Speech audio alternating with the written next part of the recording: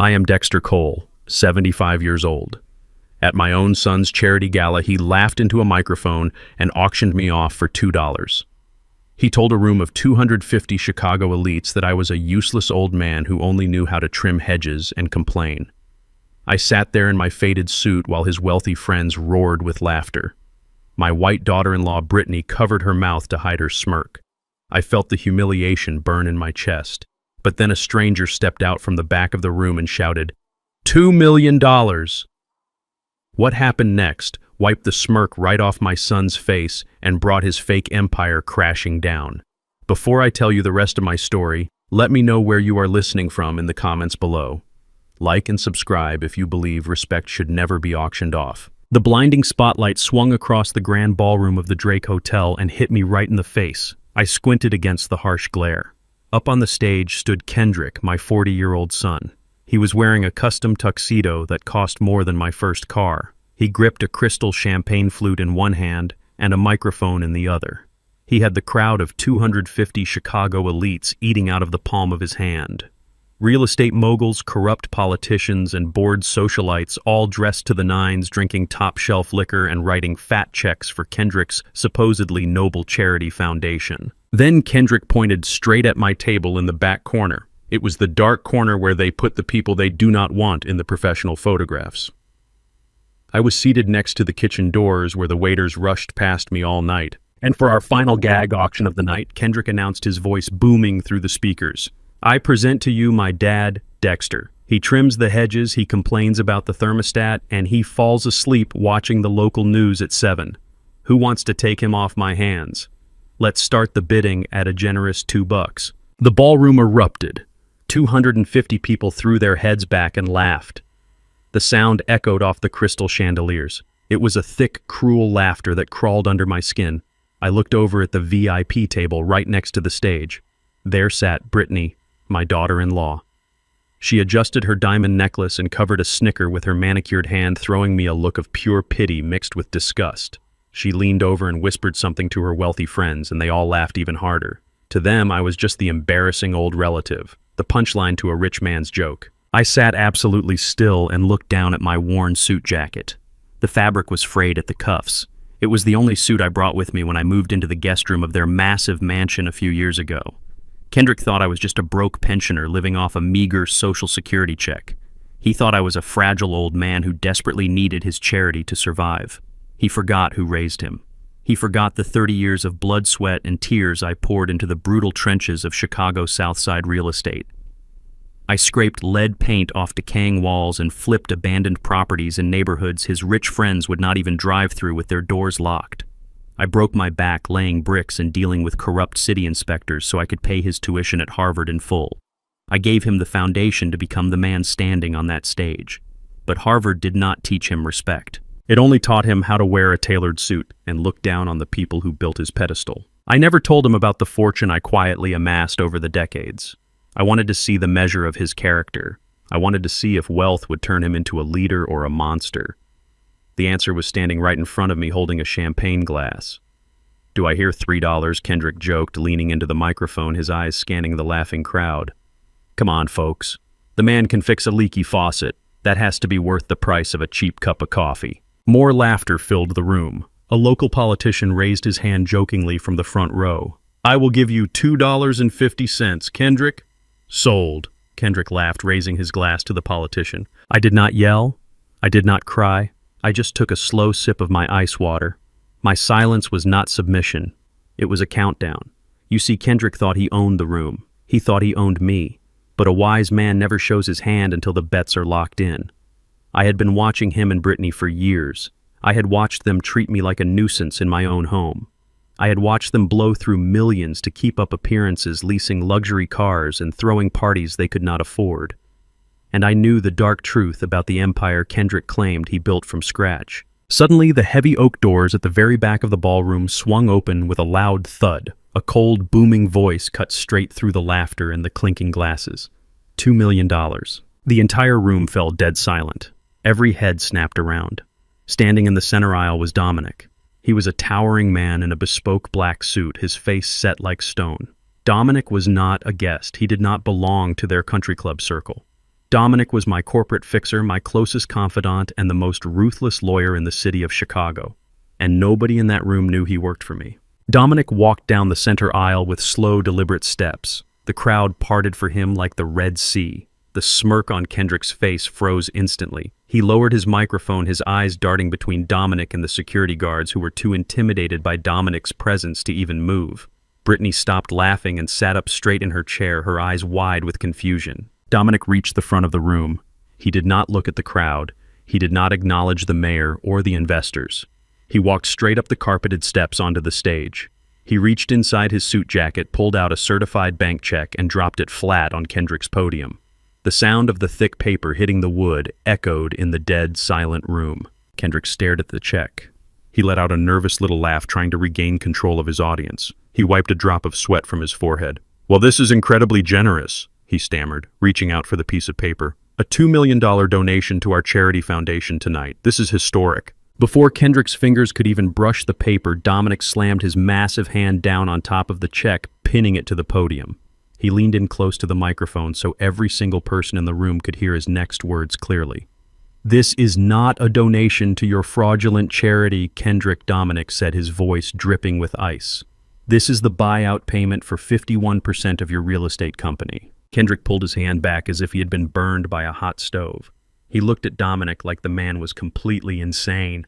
"Buyout payment," he repeated, his voice cracking in front of the silent crowd. "My company is not for sale, and I am the sole owner. You have lost your mind. Get off my stage." Dominic did not blink. He turned his head slowly and pointed directly at me, sitting in the dark corner in my frayed suit. "You do not own the company, Kendrick," Dominic announced, his voice echoing off the walls. "You never did. This is the buyout payment for the majority shares, which actually belong to your father, Dexter Cole." The ballroom erupted in a massive wave of chaotic whispers and gasps. Hundreds of eyes shifted from Kendrick on the stage to me sitting in the back. Brittany dropped her champagne glass and it shattered on the floor. I slowly set my water glass down on the table. I stood up, buttoned my worn jacket, and looked my son dead in the eye. The game was over. The silent adjustment had begun. The ballroom exploded into a frantic symphony of gasps and chaotic whispers.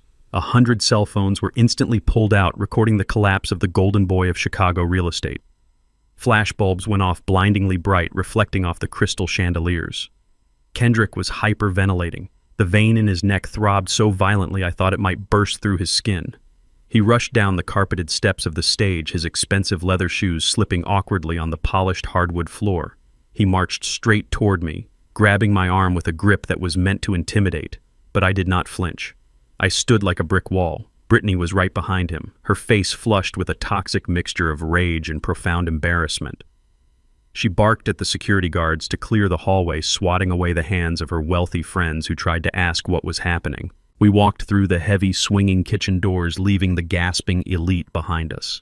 Dominic followed close behind me, a silent mountain of a man, casting a massive shadow over my son and his wife.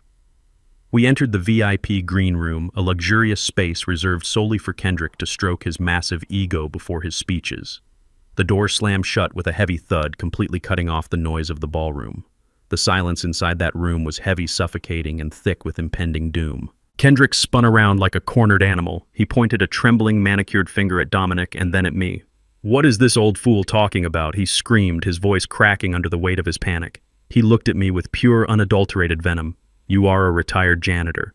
You spent your entire life scrubbing floors, breathing in paint fumes, and fixing leaky toilets in the slums. You have nothing. You are nothing.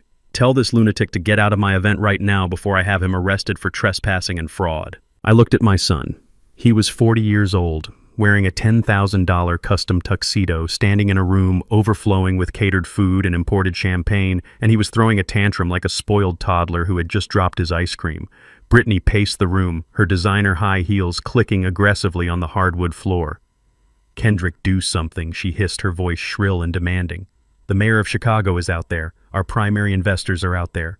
You are looking like an absolute joke in front of the only people who matter." Dominic calmly unbuttoned his suit jacket.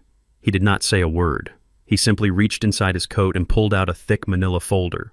He tossed it onto the glass coffee table in the center of the room. It landed with a heavy smack that made Kendrick flinch. Kendrick stared at the folder as if it were a live grenade. I stepped forward, slowly adjusting the frayed cuffs of my old suit jacket. 15 years ago, I began my voice steady and low, carrying the weight of decades of hard labor. You came to me begging for seed money to start your commercial real estate firm. You had a fancy degree from Harvard, but absolutely no capital. No commercial bank in this city would look twice at a kid with no assets and a mountain of student debt. So I gave you $100,000 of my own hard-earned money. I gave you the money I made breaking my back laying bricks and dealing with corrupt city inspectors in neighborhoods your rich friends would not even drive through. Kendrick scoffed, crossing his arms in a desperate attempt to look authoritative. Yeah, and I paid you back with interest years ago. I built Cole Holdings from the ground up. I am the founder. I am the sole owner. This is my empire. Dominic let out a low, dry chuckle that chilled the room. You really never read the fine print, did you, Kendrick? Dominic stepped forward, opened the folder, and spread the original limited liability company operating agreements across the glass table. Look at page 7, paragraph 4. Kendrick hesitated. His arrogance fought against his growing terror. He leaned over the table. His eyes scanned the dense legal jargon. I watched the color completely drain from his face. His hands began to shake violently. You see, son, I said, taking a step closer so he could hear every single syllable clearly. When I handed you those papers 15 years ago, you were too arrogant to read them. You were so eager to play the big-shot executive to print your name on glossy business cards and lease a corner office that you just signed on the dotted line without consulting a lawyer. I did not give you a business loan, Kendrick. I provided the initial capital investment in exchange for 51% voting rights in the holding company. You hold 49%. You have never been the sole owner. For a decade and a half, you have been nothing more than my employee, a glorified manager collecting a bloated paycheck on my payroll. Brittany stopped pacing. She looked at Kendrick, her eyes wide with absolute horror. Kendrick, tell me this is a lie, she demanded, grabbing his shoulder. Tell me he is bluffing right now. Kendrick could not speak. He kept reading the signatures, his own signature clear as day right beneath the clause that stripped him of all ultimate financial authority. He looked up at me, his eyes filled with a pitiful mix of terror and disbelief. But I am the chief executive officer, he whispered, his voice completely hollow, stripped of all its previous bravado. I looked him dead in the eye. All the paternal warmth I once held for him had been permanently burned away by his cruelty tonight. I gave you the title of CEO to see if you could be a real man. I said my words cutting through the air like a razor blade. I gave you the reins to see if you could build a lasting legacy for this family. I wanted to see if wealth would make you a leader of the community. Instead, you chose to be a clown. You used my company to fund your country club memberships, your luxury vacations, and your fake charity galas. You sat out there and auctioned off your own father for $2 to impress a room full of strangers. I paused, letting the crushing weight of reality settle onto his shoulders. You are officially fired, Kendrick. Pack up your desk by tomorrow morning. The room spun into absolute chaos. Brittany let out a blood-curdling scream. It was not a scream of sadness or heartbreak. It was the primal, furious shriek of a greedy woman watching her unlimited bank accounts evaporate into thin air. Are you insane? She yelled, lunging toward the coffee table. You cannot fire him. You cannot take the company from us. We need that $2 million check. We need it right now. I looked at her, raising an eyebrow in mock confusion. Why would you need my $2 million, Brittany? You just bought a brand new Mercedes-Benz last week. You live in a $10 million mansion in the suburbs. You throw lavish parties. You have it all figured out, do you not? She grabbed Kendrick's arm, her manicured nails digging deep into his expensive tuxedo jacket. Tell him, she shrieked, shaking him violently. Tell him the truth right now, or I swear I will. Kendrick looked like he was about to vomit. He backed away from his wife, unable to look me in the eye. We are in debt, he mumbled, barely audible, staring at his shoes. I stepped closer, invading his space. Speak up, boy. Be the man you claim to be. We are $5 million in debt, he yelled, tears of sheer panic finally spilling over his eyelids. The Oakwood Luxury Development Project. The primary investors pulled out 3 months ago when the zoning permits failed. I took out a massive high-interest bridge loan from a ruthless private equity firm to keep the construction crews working. I leveraged everything we have to secure the loan. Brittany shoved Kendrick aside with disgust and stepped right into my face, her eyes wild with desperation. If we do not show $2 million in liquid capital by Monday morning, the bank is calling in the entire loan, she screamed, spit flying from her lips. They will seize the Oakwood property. They will freeze all the corporate accounts, and they will foreclose on our mansion. We will be out on the street with absolutely nothing. She pointed a shaking, frantic finger at the certified check still resting in Dominic's massive hand. That buyout money belongs to us. It is the only thing that can satisfy the bank and save the Oakwood project. Hand over that check right now, you miserable old man. You owe us this. You cannot ruin our lives over a stupid joke. I looked at Brittany. I took in the sight of her expensive designer dress, her sparkling diamond earrings, and the sheer repulsive entitlement radiating from her tear-streaked face. Then I looked at my son. He was a broken, pathetic shell of a man weeping in his custom suit, waiting for his elderly daddy to bail him out of a massive financial disaster of his own making. They had treated me like garbage for years, and now they demanded my life savings to rescue their facade. I reached out slowly and took the certified check from Dominic's hand. I held it up in the dim light of the green room. Brittany gasped, reaching her hand out eagerly, fully expecting me to hand over the millions to save her luxurious lifestyle. She thought my paternal instinct would override my common sense. Instead, I slowly folded the crisp, heavy piece of paper in half. Then I folded it again, making it small and compact. I slid the $2 million check into the breast pocket of my frayed, worn-out suit jacket. I patted the pocket flat, making sure it was secure. $2, I said softly, my voice barely above a whisper, but carrying the weight of absolute finality. That is what you decided I was worth tonight, Kendrick. $2. Let us see exactly how much you are worth by Monday morning when the bank comes knocking. I turned my back on them. Dominic opened the heavy wooden door, stepping aside to let me pass.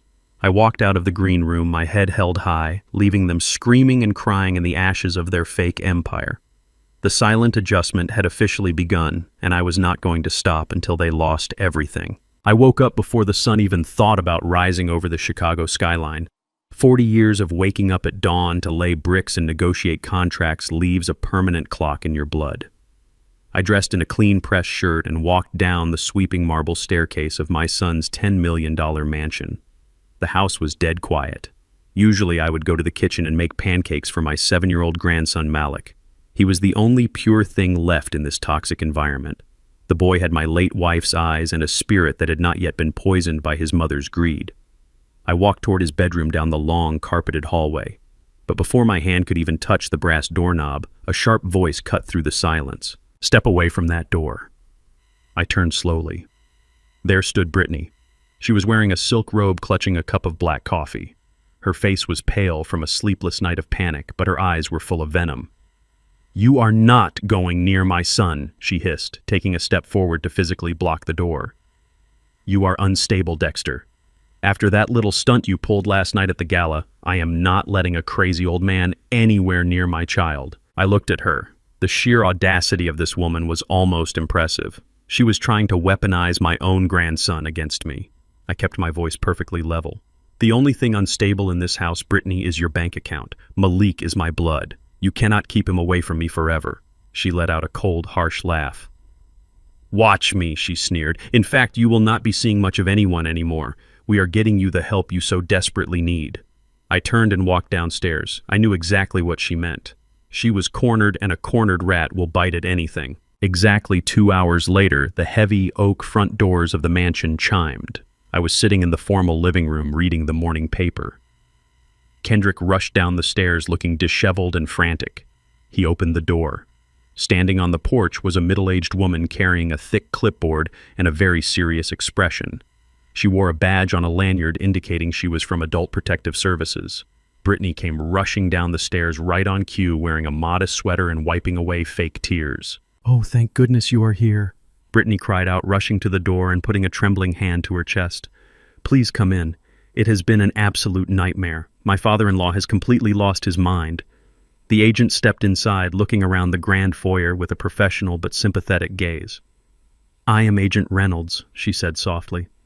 "I received a very concerning call this morning regarding an elderly resident in this household who might be suffering from severe dementia and posing a danger to himself." Brittany nodded vigorously, dabbing her dry eyes with a tissue.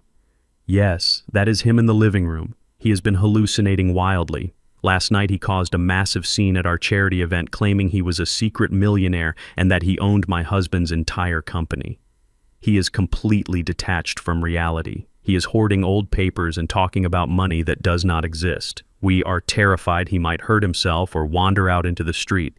We just want to get a medical hold on him so we can legally manage his care and his finances before he does something tragic. I listened to her entire performance without moving a muscle. She wanted a medical hold. A medical hold would freeze my assets and grant Kendrick emergency conservatorship. It was a classic desperate move. If they could get the state to declare me incompetent, they could raid my accounts and save their sinking Oakwood luxury development before the bank foreclosed on Monday morning.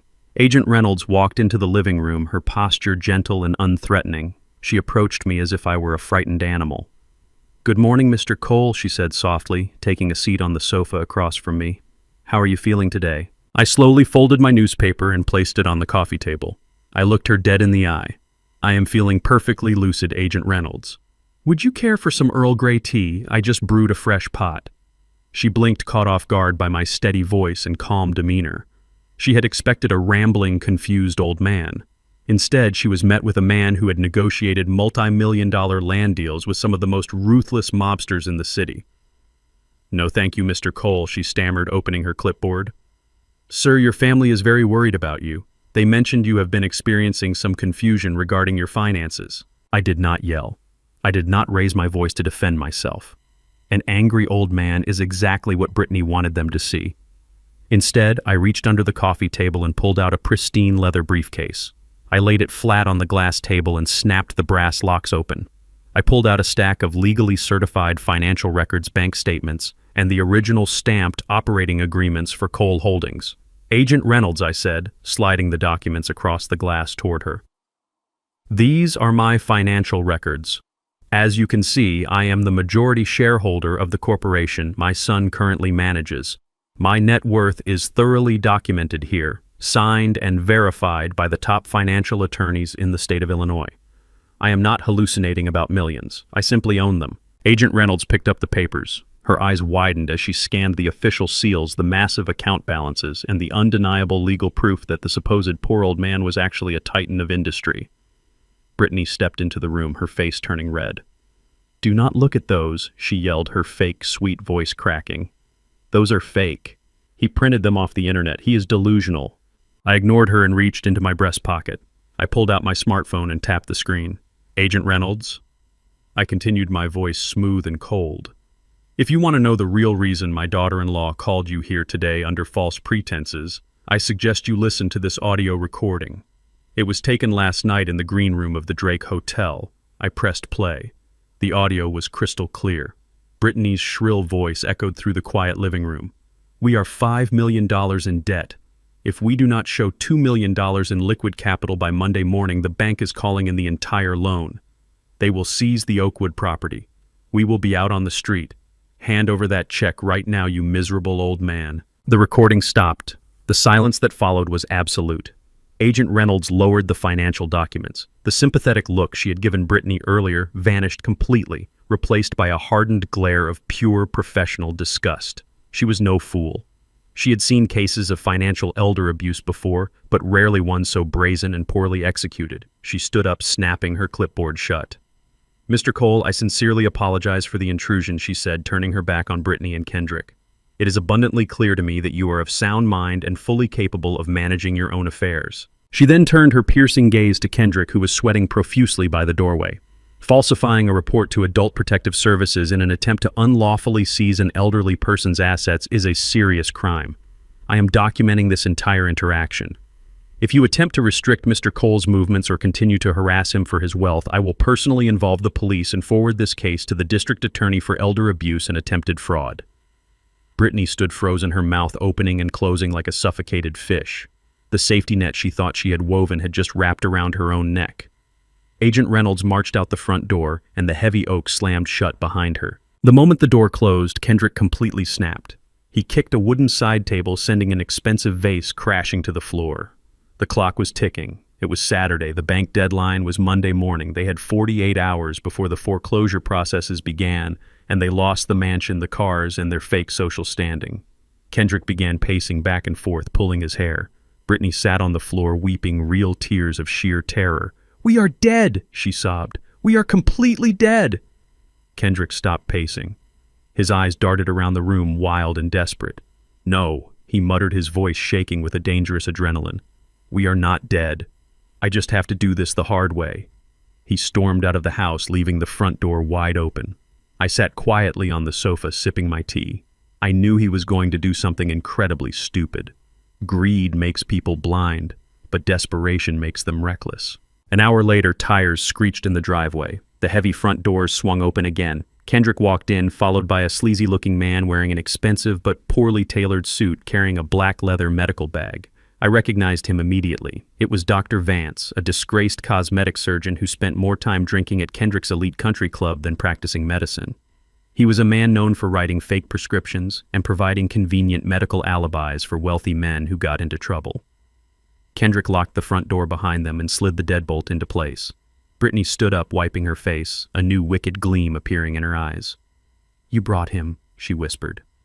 Kendrick nodded, wiping sweat from his upper lip. He pointed directly at me. "Dr. Vance here is going to conduct a private in-home medical evaluation," Kendrick said, his voice trembling with a forced, menacing tone. "And he is going to officially determine that my father lacks the mental capacity to make legal decisions. Then my father is going to sign a medical and financial power of attorney, handing over all control to me.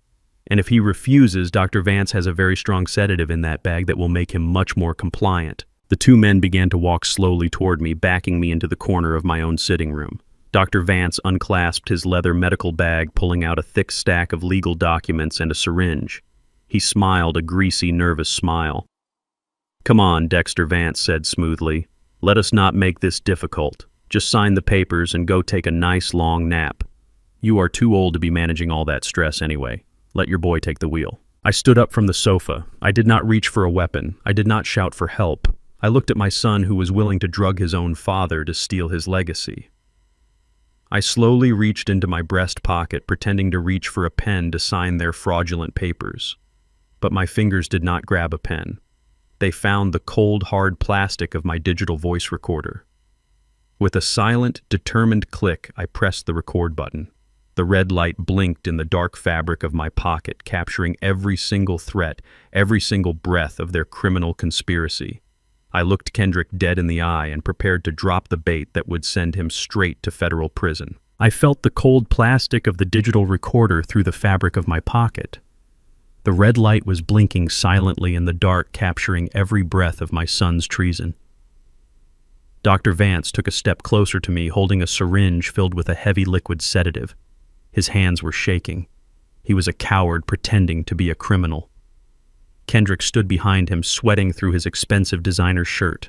His eyes were wide with a desperate, manic energy. "Sign the paper, Dexter," the fake doctor said, his voice slick with artificial sympathy. "Just sign the medical power of attorney. We do not want things to get ugly tonight. You are confused and you need rest." I knew exactly how to handle men who thought they held all the cards. You do not fight them directly. You feed their arrogance until they choke on it. I let my broad shoulders slump. I forced my hands to tremble just enough to look like a frightened old man whose mind was finally slipping away into the fog of dementia. I widened my eyes and backed into the corner of my own living room, letting a pathetic whimper escape my throat. "Please, Kendrick," I stammered intentionally, making my voice crack and pitch upward. "I do not understand what is happening here. Take the company, take the money, just do not let them take the key." Kendrick froze in his tracks. He signaled for the doctor to stop moving. "What key?" he demanded, taking a slow step toward me. "What are you talking about, old man?" I shook my head violently, playing the part of a paranoid patient perfectly. "The key," I whispered, grabbing my own collar as if I were struggling to breathe. "Box 402 at Chase Bank. The original Oakwood deeds are in there. Sylvia's papers. You cannot let the bank have them. They will take the land." I watched the exact moment the poison of greed hijacked my son's brain. The Oakwood project was the massive anchor pulling him to the bottom of the financial ocean. He was $5 million in debt to ruthless private equity lenders who did not play by traditional banking rules. If he could get his hands on the original physical deeds, he believed he could transfer the ownership entirely into his name, sign them over to the bank, and save his mansion. He did not need a messy medical hold or a drugged father if he had the physical deeds in his possession. "Put that syringe away," Kendrick snapped at the doctor, waving his hand dismissively. "He is cooperating. His mind is completely gone anyway. Get out of here, Vance. I will handle this myself." The disgraced doctor looked relieved to avoid committing a felony assault. He packed his black leather bag and hurried out of the front door without looking back. Kendrick turned to me with a look of pure, unadulterated disgust. "You are absolutely pathetic," he muttered under his breath. "Go to your room, old man. Stay out of my sight for the rest of the night." I nodded, keeping my head down in submission. I shuffled past him, leaning heavily on the staircase railing for dramatic effect. I went straight to my bedroom and closed the heavy oak door. I reached into my pocket and stopped the recording. I had the entire interaction saved. But I was not going to the police yet. Calling the police right now would only get Kendrick a slap on the wrist for attempted coercion. I needed him to commit a crime so massive and so undeniable that he would never be able to show his arrogant face in the business world again. I sat on the edge of my mattress. I pulled a small silver key from my wallet and placed it right in the center of my wooden nightstand where it would catch the pale moonlight coming through the window. Then I lay down on the bed, pulled the covers up to my chest, and waited in the dark. 40 years ago, my wife Sylvia and I bought the Oakwood land. Back then, it was just a massive stretch of dirt and broken glass on the south side of Chicago. We bought it for next to nothing, working 3 exhausting jobs between the two of us. Sylvia used to say that land was going to be our ultimate legacy. She wanted to build a community center there to help the neighborhood youth. But when she passed away, Kendrick simply assumed the land belonged to him. He thought his expensive Ivy League degree entitled him to erase his mother's dream and build luxury condos for wealthy elites. He never once asked for my permission. He just used the land as collateral for a $5 million loan, assuming I was too old and clueless to ever check the county property records. He built his entire house of cards on dirt he never owned. Around 2 in the morning, my bedroom door creaked open. The brass hinges whined softly in the quiet house. I kept my eyes closed and my breathing deep and steady, simulating a heavy, exhausted sleep. I listened to the footsteps creeping across the carpet. It was a truly pathetic sound.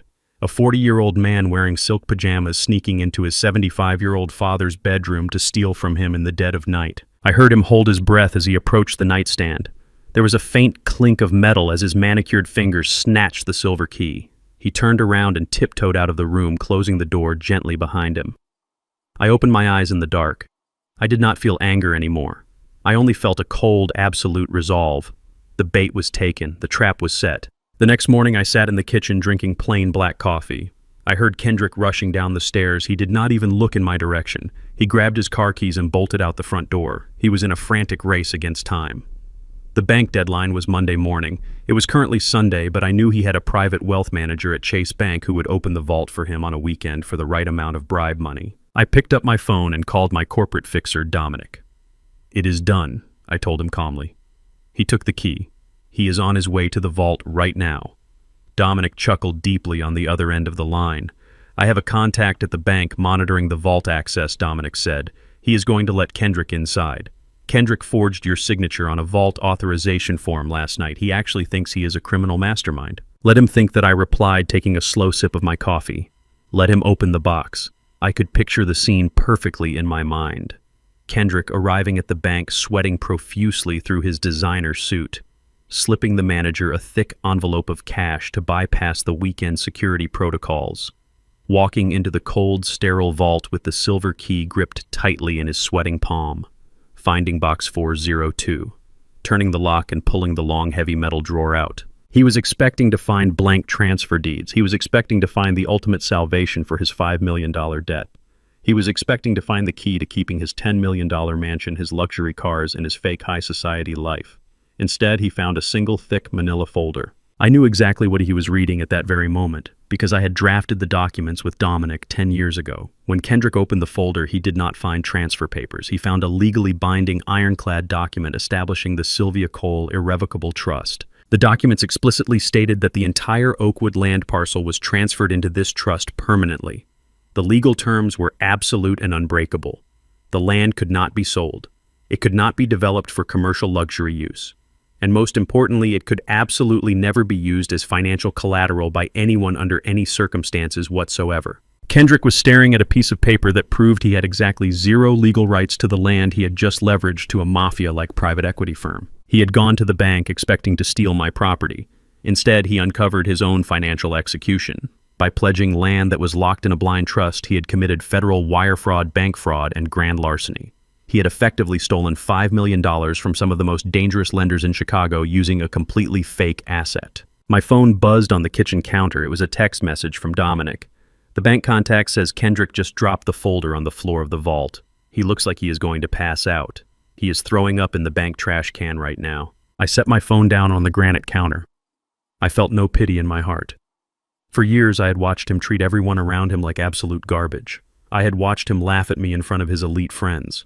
I had watched him auction me off for $2. Now he was standing in a bank vault realizing his entire net worth was a criminal illusion. He had a choice to make today. A smart man would confess. A smart man would go to the police, admit his massive fraud, take the bankruptcy, and face the legal consequences. But Kendrick was not a smart man. He was an arrogant, desperate man, terrified of his greedy wife and terrified of losing his fake social status. I knew he would not confess. I knew he would try to dig his way out of the grave by grabbing a bigger shovel. He would panic. And panic makes men do things that put them behind bars for a very long time. I finished my coffee, washed my mug in the sink, and walked into the living room to wait for him to return. The silent adjustment was moving exactly according to my schedule. The hook was set deep in his jaw, and he was about to tear himself apart trying to get free. I sat in the leather armchair of the dark study listening to the heavy oak front doors fly open. Kendrick stumbled into the grand foyer. He was gasping for air as if he had just run a marathon. He tripped over the expensive imported rug and crashed to his knees on the marble floor. The silver key he stole from my nightstand dropped from his trembling hand and clattered away.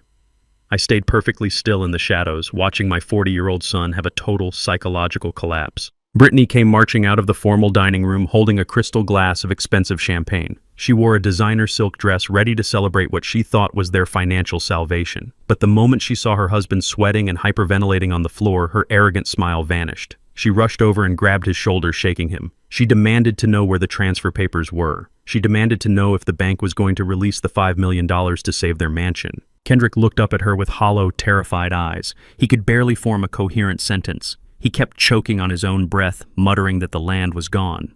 He told her there were no transfer deeds in the safety deposit box. He told her about the Sylvia Cole Irrevocable Trust. He explained that his mother and I had locked that land away decades ago, and that he had absolutely zero legal rights to the property. Brittany dropped her champagne glass. It shattered into 100 pieces across the marble floor, perfectly mirroring their fragile, fake empire. She screamed at him, asking how this was possible. Kendrick began to weep. He told his wife that he had used land he did not own as collateral for a massive commercial loan from ruthless private equity lenders.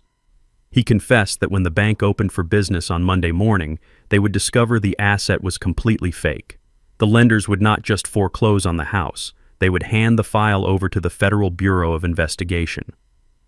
Kendrick cried that he was going to go to federal prison for wire fraud, bank fraud, and grand larceny. He sobbed that his life was entirely over. I watched Brittany pace around the shattered glass on the floor. A normal wife would have comforted her husband. A decent human being would have told him to call a lawyer and confess to the authorities before things got worse. But Brittany was not a decent human being. She was a parasite driven entirely by unadulterated greed. She looked around her luxurious mansion, taking in the crystal chandeliers, the priceless art, and the imported furniture. She refused to lose her high society status. She refused to be a poor woman. She walked over to Kendrick, grabbed him by the collar of his ruined custom suit, and pulled him to his feet. She slapped him hard across the face. The sound echoed through the massive foyer. She told him to stop crying like a pathetic child. She told him there was only one way out of this disaster, and it required him to finally act like a man. Kendrick stared at her, shaking uncontrollably. He asked her what she wanted him to do. Brittany leaned in close and lowered her voice, but in the echoing foyer I could hear every single venomous word. She told him to forge my signature. Just forge the old man's signature on a quitclaim deed, she hissed, her voice dripping with desperation and malice. We can backdate the document to last year. We can bring in that shady notary from your country club, the one who owes you a favor. He will stamp it and make it look official. We file it with the county clerk first thing tomorrow morning, and we hand the receipt to the private equity lenders. It will legally transfer the land out of the trust and directly into your corporate name. Kendrick shook his head violently. He told her that was a federal felony. He said if they were caught, they would spend decades behind bars.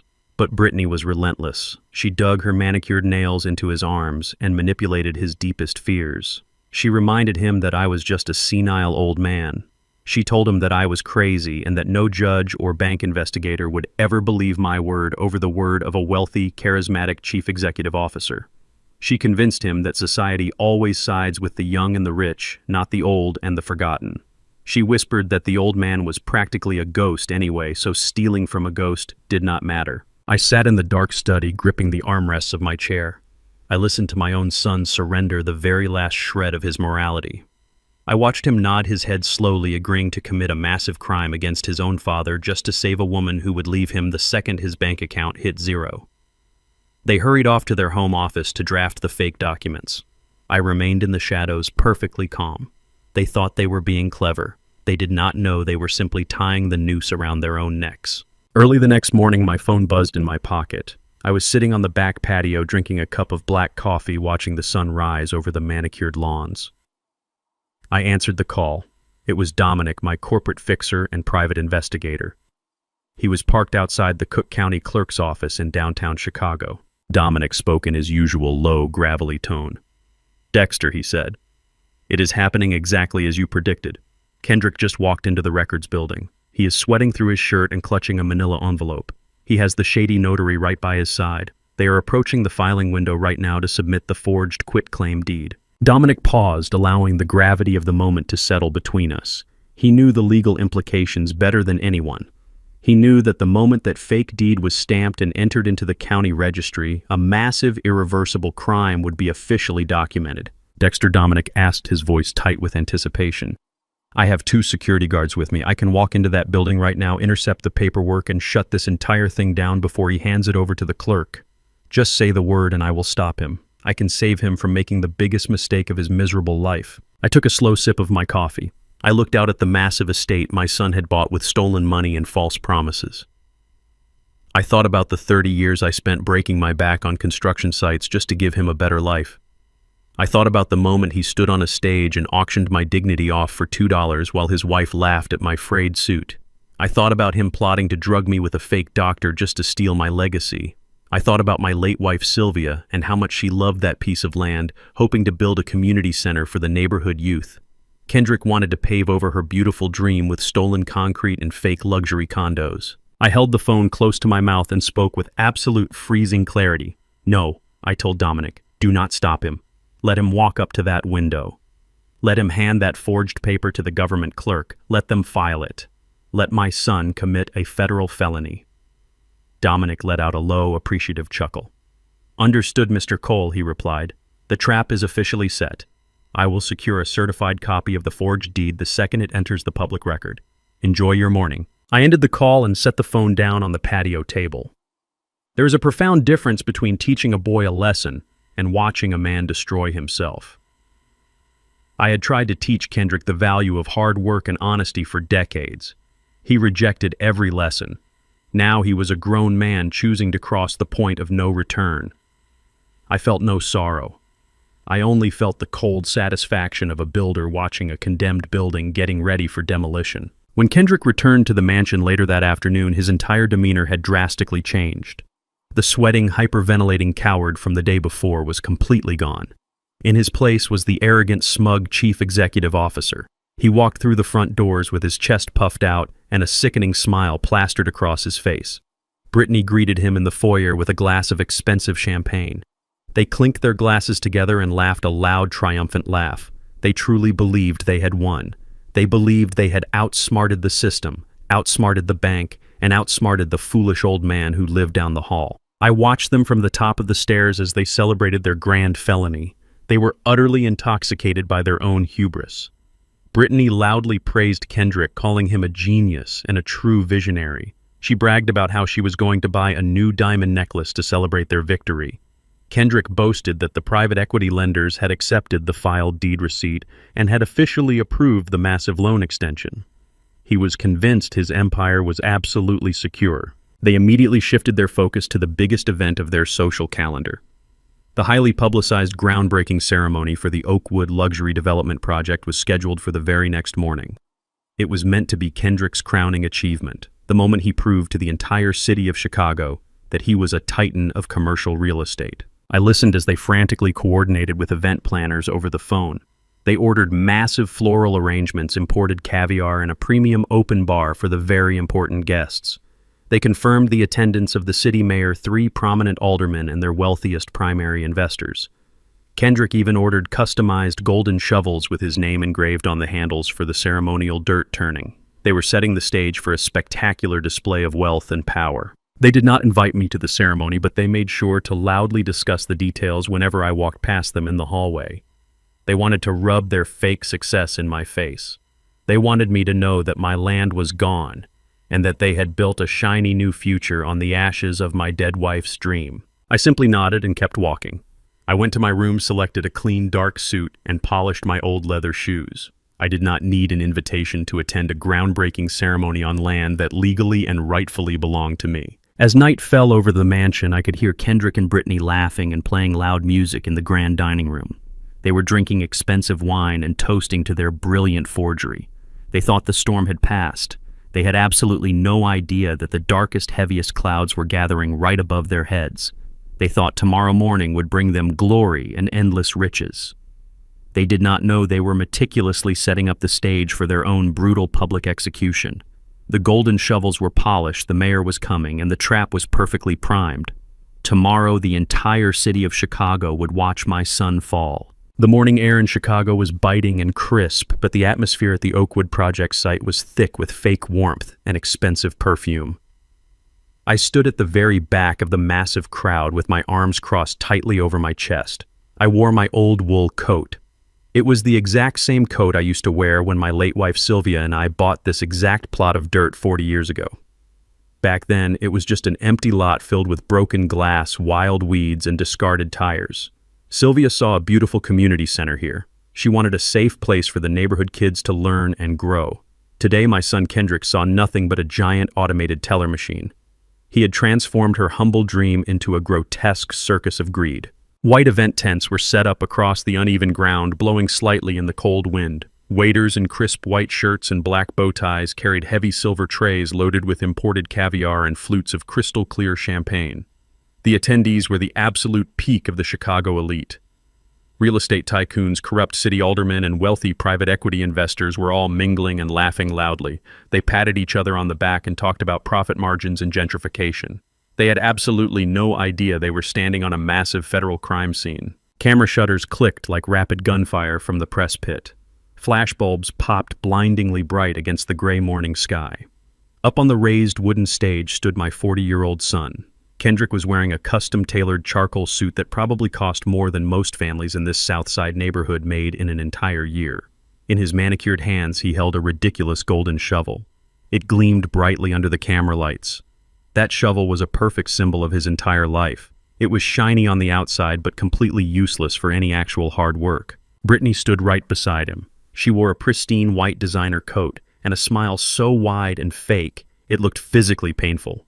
She was beaming for the cameras, soaking in the attention like a desperate sponge. She positioned herself perfectly right next to the mayor of Chicago, making sure every single photographer captured her good side. Just 24 hours ago, she was screaming like a maniac in her grand foyer, pushing her husband to commit a major federal felony. Today, she was playing the role of the perfect high society wife. She looked like royalty. I knew she was about to become a peasant. Kendrick stepped up to the wooden podium and tapped the microphone. The electronic feedback whined for a second before the crowd settled down into an eager, respectful silence. Kendrick flashed his million-dollar smile at the audience. "Thank you all for coming out today," he began, his voice echoing loudly over the large rented speakers. "Today is a monumental day for Cole Holdings. When I started this company, I had absolutely nothing but a vision and an unstoppable work ethic. I looked around this neglected neighborhood and I saw potential. I built this empire from the ground up, completely self-made. I poured my own blood, sweat, and tears into securing this land so we could bring luxury and progress to the South Side." I listened to his arrogant lies from the back row without moving a single muscle. He did not mention my name. He did not mention the $100,000 of my hard-earned money I gave him to start his firm. He certainly did not mention his mother Sylvia, who actually saved the pennies to buy the ground he was currently standing on. He just kept spinning his fairy tale, feeding his own massive ego and impressing the greedy investors sitting in the front row. But fairy tales always come to a bitter end. Right as Kendrick finished his speech, he raised his golden shovel high into the air, preparing to turn the first pile of ceremonial dirt. The crowd began to clap. Then a piercing sound cut entirely through the cold morning air. It was the sharp, deafening wail of police sirens. The sound multiplied, echoing off the surrounding brick buildings and shaking the ground. 3 black unmarked sport utility vehicles sped past the security barricades, tearing through the yellow caution tape. They slammed on their brakes, right at the edge of the red carpet, sending gravel flying into the air. The flashing red and blue lights painted the pristine white event tents in a frantic, terrifying rhythm. The crowd of wealthy investors and politicians stopped clapping immediately. A low murmur of confusion rippled through the hundreds of seated guests. Up on the stage, Kendrick froze completely solid. His golden shovel hovered awkwardly in the air. The confident smile melted off his face like wax placed too close to a fire. Brittany dropped her champagne glass. It shattered against the wooden stairs, allowing the expensive alcohol to spill all over her designer white shoes. The heavy doors of the black vehicle swung open in unison. Out stepped Dominic. My corporate fixer looked like a towering executioner in his dark tailored suit. He was not alone. He was flanked by 4 large men wearing navy blue windbreakers with large yellow letters printed clearly across their backs. The letters read FBI. 2 more men stepped out behind them wearing official badges from the State Banking Regulation Authority. Dominic did not wait for an invitation. He did not care about the cameras. He marched right up the center aisle of the folding chairs. His heavy footsteps crunched aggressively against the gravel and the red carpet. The crowd of wealthy elites parted instantly, scrambling to get out of his way. Nobody in that audience wanted to stand in the path of angry federal agents. The air was sucked completely out of the venue. The only sound left was the low, aggressive hum of the idling vehicles and the heavy, nervous breathing of the panicked crowd. Kendrick stared down at Dominic with eyes as wide as saucers. His hands began to shake so violently the golden shovel actually rattled against his pant leg. Dominic did not stop his march until he walked directly up the wooden stairs and stepped onto the stage. He walked right past the mayor of Chicago, who was already backing away with a look of sheer political terror. Dominic stood directly in front of Kendrick. He reached out his massive hand and simply plucked the microphone right out of my son's trembling fingers. Kendrick did not resist at all. He looked like he was about to pass out right there on the wooden boards. Dominic turned to face the hundreds of confused investors, the shocked politicians, and the flashing cameras of the local press. This project is suspended indefinitely, Dominic announced, his deep, booming voice echoing across the silent lot. The crowd gasped collectively. Reporters began shouting questions, but Dominic ignored them.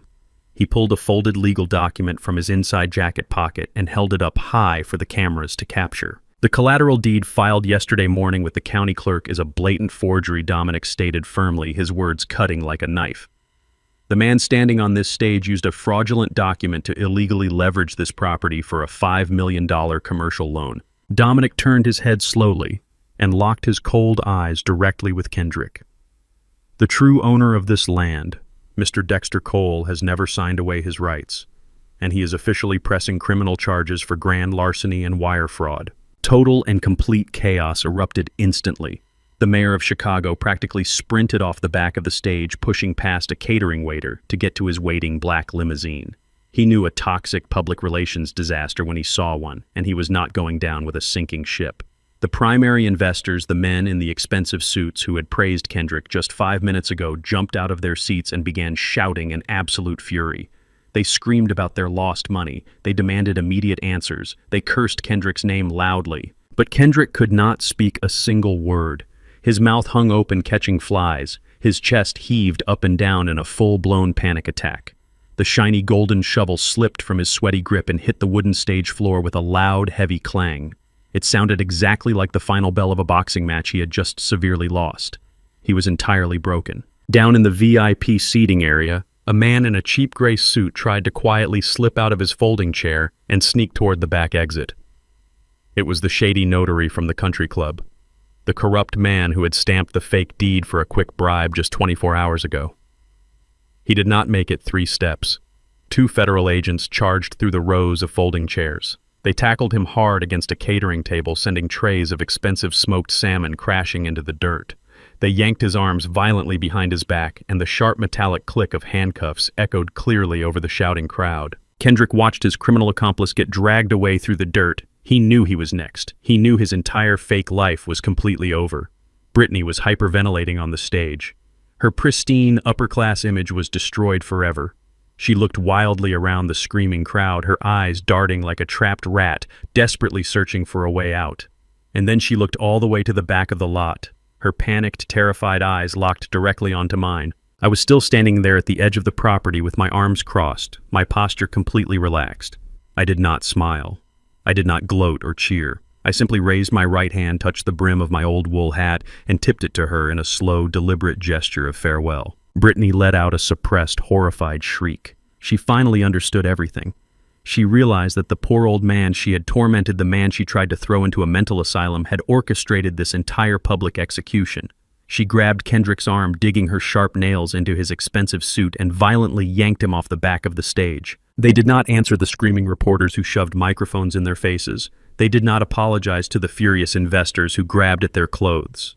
They scrambled blindly through the dirt, shoving past the confused caterers, and sprinted toward their luxury sports car parked on the street. They threw themselves into the vehicle, and the tires screeched loudly against the asphalt. They sped away, running red lights, leaving a massive cloud of gray dust and absolute disgrace behind them. I watched their car disappear around the corner. The flashing blue and red lights of the federal vehicles illuminated the abandoned stage and the dropped golden shovel. The crowd was still screaming, but I felt nothing but a profound, quiet peace. They thought they were running away to figure out a new plan, but I knew the brutal truth. Their credit cards were already frozen. Their assets were locked. They had nowhere left to run. The heavy doors of the trap had officially snapped shut. The tires of Kendrick's sports car left thick black skid marks on the pristine driveway of the $10 million mansion. They had fled the groundbreaking ceremony like common thieves running from a crime scene. I did not rush to follow them. I took a slow, quiet taxi back to the estate.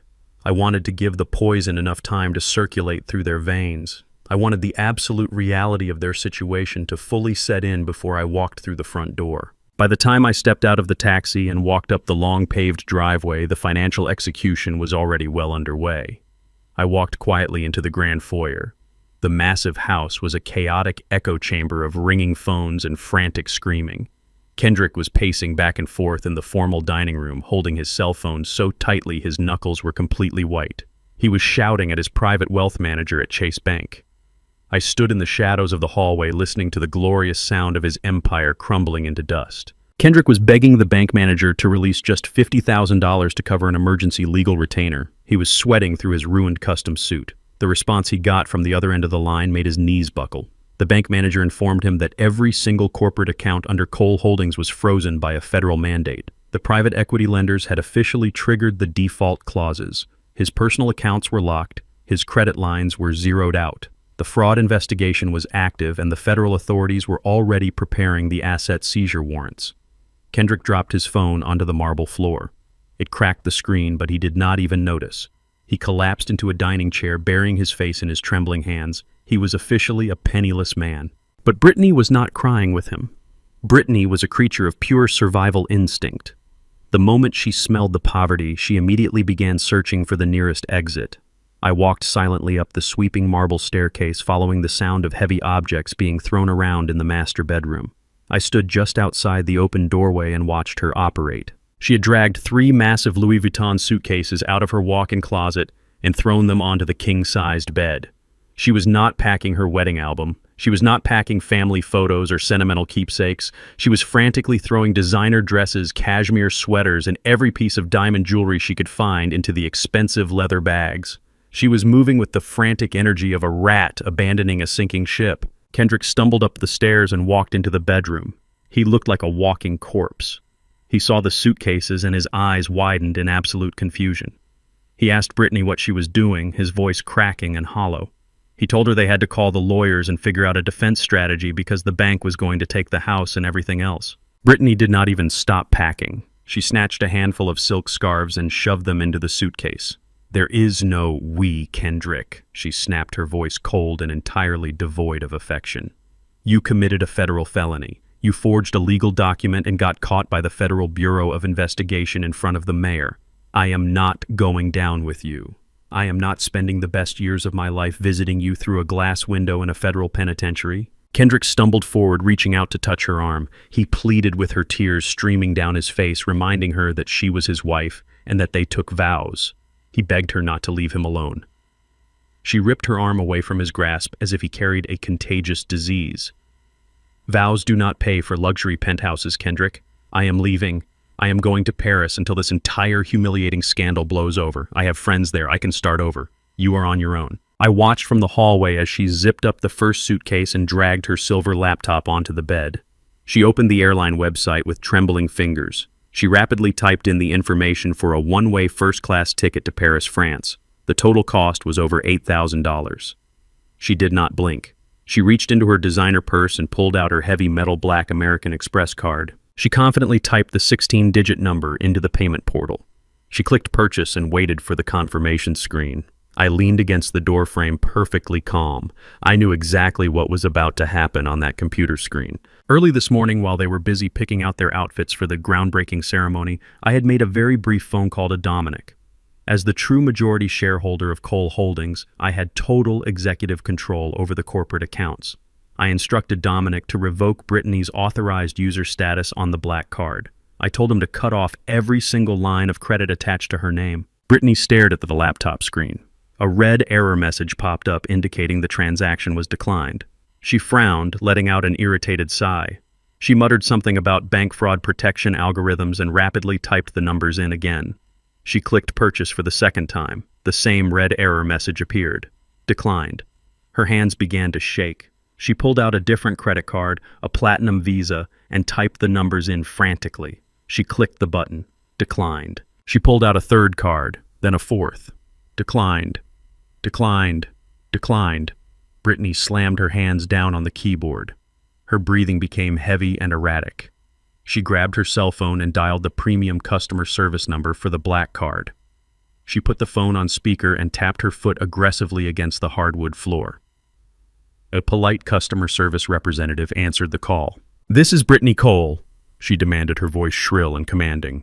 "My card is being declined for a simple flight purchase. Fix it immediately or I will have your job." The representative paused for a moment, typing on their keyboard. "I apologize for the inconvenience, Miss Cole," the representative said smoothly. "However, looking at the account, I see that your authorized user status was permanently revoked this morning by the primary account holder, Mr. Dexter Cole. The account is completely closed to you. Have a wonderful day." The line went dead. The silence in the master bedroom was absolute. Brittany slowly lowered the phone. The realization hit her like a freight train. She had no money. She had no escape route. She was completely and utterly trapped in a burning building of her own making. I stepped out of the shadows of the hallway and walked right into the master bedroom. Brittany spun around and saw me standing there. The look on her face was a mixture of pure shock and unadulterated hatred. I did not smile. I simply looked at the closed laptop and the expensive suitcases. "It looks like your trip to Paris has been permanently canceled, Brittany," I said, my voice low and steady. "You cannot run away using my money." The last remaining thread of Brittany's sanity snapped completely. The pristine, elegant high society mask she had worn for years shattered into a million jagged pieces. The sophisticated charity gala hostess disappeared, and the ugly, greedy parasite hiding underneath finally showed her true face. She let out a guttural scream of pure rage. She turned away from me and launched herself directly at Kendrick. She raised her hand and slapped him across the face with so much force that the sound cracked like a whip. Kendrick stumbled backward, holding his reddening cheek, looking at his wife in absolute horror. "You worthless, pathetic loser," Brittany shrieked, her voice echoing violently off the high ceilings. "You promised me an empire. You promised me endless wealth and power, and you could not even outsmart a senile old man who belongs in a nursing home." Kendrick tried to speak, tried to calm her down, but she would not let him get a single word out. She backed him into the corner of the room, unleashing a torrent of vile, disgusting insults. Every polite filter was gone. The ugly, racist truth she had harbored in her dark heart came pouring out for the world to see. "I wasted my youth on a useless black failure," she screamed, pointing a trembling finger right in his face. "Do you really think I loved you? Do you really think I wanted to be tied to someone like you? I only married you because of the money, Kendrick. I married you because you told me you owned this entire city. You paraded me around your country clubs like a queen while you were secretly begging your daddy for permission to breathe. You are nothing but a massive disappointment. You dragged me down into the mud with you, and now I have absolutely nothing because you are too stupid to run a simple real estate scam." Kendrick fell to his knees weeping. The woman he had worshipped, the woman he had committed a federal felony for, was standing over him and verbally destroying every ounce of his humanity. He had abandoned his father to please a woman who saw him as nothing more than a walking bank account. And now that the account was empty, she was looking at him like he was a piece of trash stuck to the bottom of her expensive shoe. "I am ruined because of you," she sobbed hysterically, kicking his leg. "You ruined my life. I am going to be the laughingstock of Chicago. My friends will never speak to me again. I hate you, Kendrick. I absolutely hate you." I did not intervene. I did not raise my voice to defend my son. I simply stood by the doorway with my arms at my sides. But my hands were not empty. I was holding my smartphone. The camera lens was pointed directly at Brittany, capturing her violent physical assault and recording every single racist, degrading word that came spewing out of her mouth. The red recording circle blinked steadily on my screen. I was capturing the undeniable proof of her true character. This was not just a tantrum. This was the ultimate weapon I would use to absolutely annihilate her in any courtroom she dared to step into. She was openly admitting that the marriage was a financial fraud. She was committing domestic assault. She was showing her true bigoted colors. I watched my son weeping on the floor, broken and humiliated by his own choices. He had auctioned me off for $2. Now he was paying the ultimate price. I stopped the recording and slipped the phone back into my pocket. The real punishment was just about to begin. Brittany stormed past me, her designer heels stomping against the hardwood floor with the frantic energy of a fleeing criminal. She brushed my shoulder violently, but I did not move an inch. The heavy bedroom door slammed shut behind her, shaking the picture frames on the walls. The loud echo of that slamming door was the sound of a toxic marriage officially collapsing into dust. I stepped further into the master bedroom. The room was a disaster of scattered silk ties, dumped jewelry boxes, and overturned chairs. And right in the center of that expensive wreckage was my 40-year-old son. Kendrick was no longer the arrogant chief executive officer who stood on a stage and laughed at my frayed suit. He was no longer the charismatic socialite who raised a champagne glass and mocked the father who gave him everything. He was completely stripped of his false power. His custom-tailored tuxedo jacket was torn at the shoulder from where his wife had violently grabbed him. His silk bow tie hung loosely around his neck like a broken noose. He stood there staring at the empty doorway where the woman he committed a federal felony for had just abandoned him. Slowly he turned his head and looked at me. His eyes were bloodshot and completely hollow. The sheer terror of federal prison was finally breaking his mind. He realized that the wealthy friends who drank his imported wine were gone. The politicians he bribed were gone. The viciously greedy wife he tried to satisfy was packing her bags to leave him to the wolves. I was the absolute only person left in the room. I was the very man he had thrown to the bottom of the social ladder. His knees buckled. It was not a slow descent. He collapsed onto the cold marble floor with a heavy thud. He crawled toward me, his hands pressing flat against the polished stone. He grabbed the hem of my worn trousers, wrapping his arms around my legs. He began to sob uncontrollably. It was a pathetic, gut-wrenching sound. He wept like a frightened child, begging for salvation from a nightmare he had built with his own 2 hands. "Daddy, please." He choked out the words, struggling to breathe through his panic. "Please, Daddy, you have to help me. I am so sorry. I am so incredibly sorry. They are going to lock me in a federal cell for decades. The private equity lenders are going to destroy me. They will take my freedom. They will take my life. Please use the $2 million. Use your company accounts. Bail me out. I will do whatever you want. I will pay you back every single cent. Just do not let them put me in a cage." I looked down at the top of his head. I felt the physical weight of my grown son clinging to my legs, pleading for his life. 40 years ago, I held him in my arms and promised his mother, Sylvia, that I would make sure he grew into an honorable man. I worked 3 jobs laying bricks in the freezing Chicago winters just to make sure he never had to beg anyone for anything. And here he was begging on his knees because he chose greed over honor. I did not reach down to comfort him. I did not place a hand on his shoulder. I stood as rigid as a statue, letting his tears soak the fabric of my old shoes. $2, Kendrick, I said, my voice dropping into a low, resonant register that filled the quiet bedroom. I want you to remember that exact number. $2. That was the absolute maximum value you placed on my dignity last night.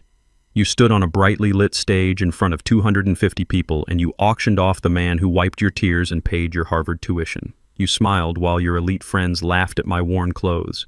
You decided I was nothing but a useless old relic. Kendrick squeezed his eyes shut, shaking his head frantically against my legs. "No?" he sobbed loudly. "It was just a stupid joke. It was the alcohol. I was trying to impress them. I did not mean it." "You meant every single word," I replied coldly. You meant it when you forged my signature on a legal deed to steal the land your mother and I bought with our blood. You meant it when you brought a disgraced doctor into my home to drug me into a mental asylum. You did not care if I died alone in a psychiatric ward as long as you got to keep your mansion and your luxury cars. He wailed, clutching his chest as the reality of his actions crushed his lungs. I am a monster, he cried out, hitting his fist against the marble floor.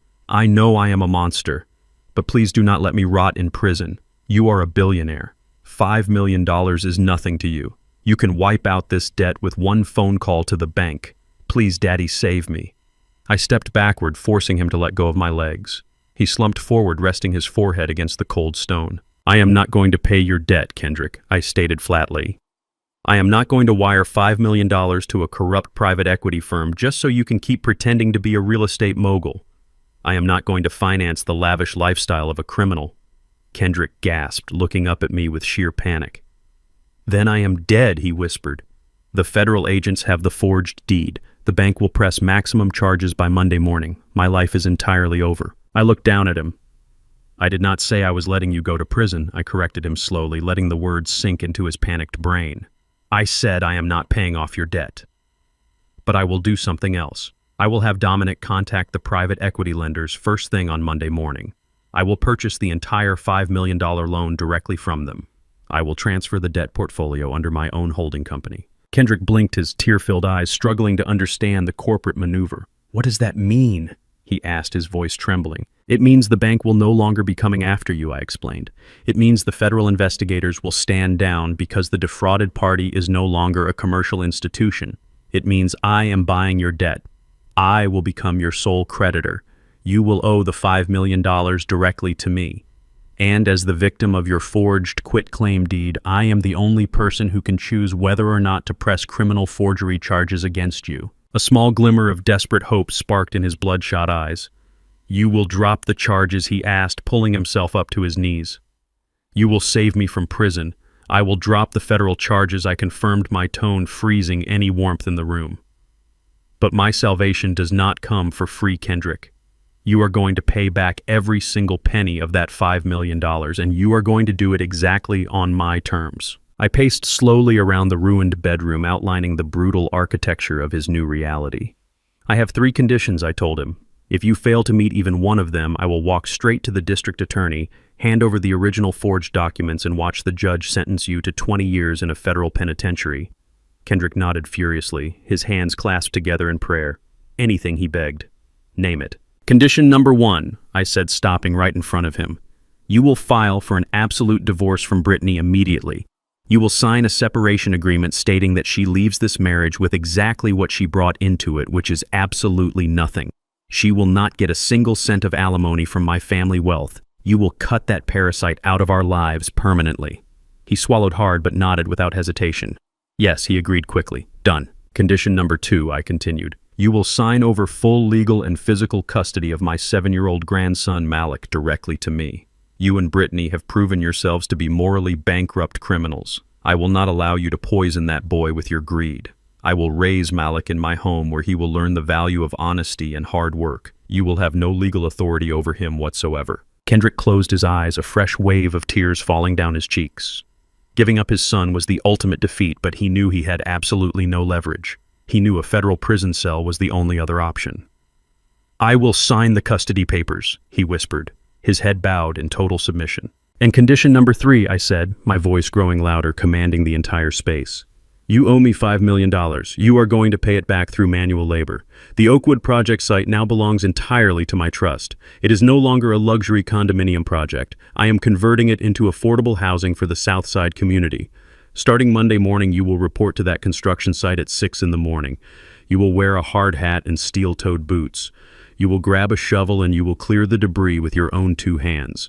You will work for minimum wage as a general laborer under my site foreman until the debt is paid in full. There will be no corner office. There will be no tailored suits. You will learn exactly how much a dollar is worth by breaking your back in the dirt. Kendrick stared at me, completely paralyzed. The thought of performing brutal physical labor in front of the very people he used to boss around was a humiliation worse than anything he could have imagined. But the alternative was wearing an orange jumpsuit for the rest of his life. He slowly lowered his head until his forehead touched the marble floor again. "I accept your terms," he cried out, his spirit entirely broken. "I will do the work. Just please do not let them take me away." Suddenly, a loud, aggressive crash came from the hallway. The heavy bedroom door swung open, revealing Brittany. She had not left for the airport yet. She had been standing in the shadows of the corridor, listening to every single word of my brutal ultimatum. Her designer suitcase was dropped carelessly on the floor behind her.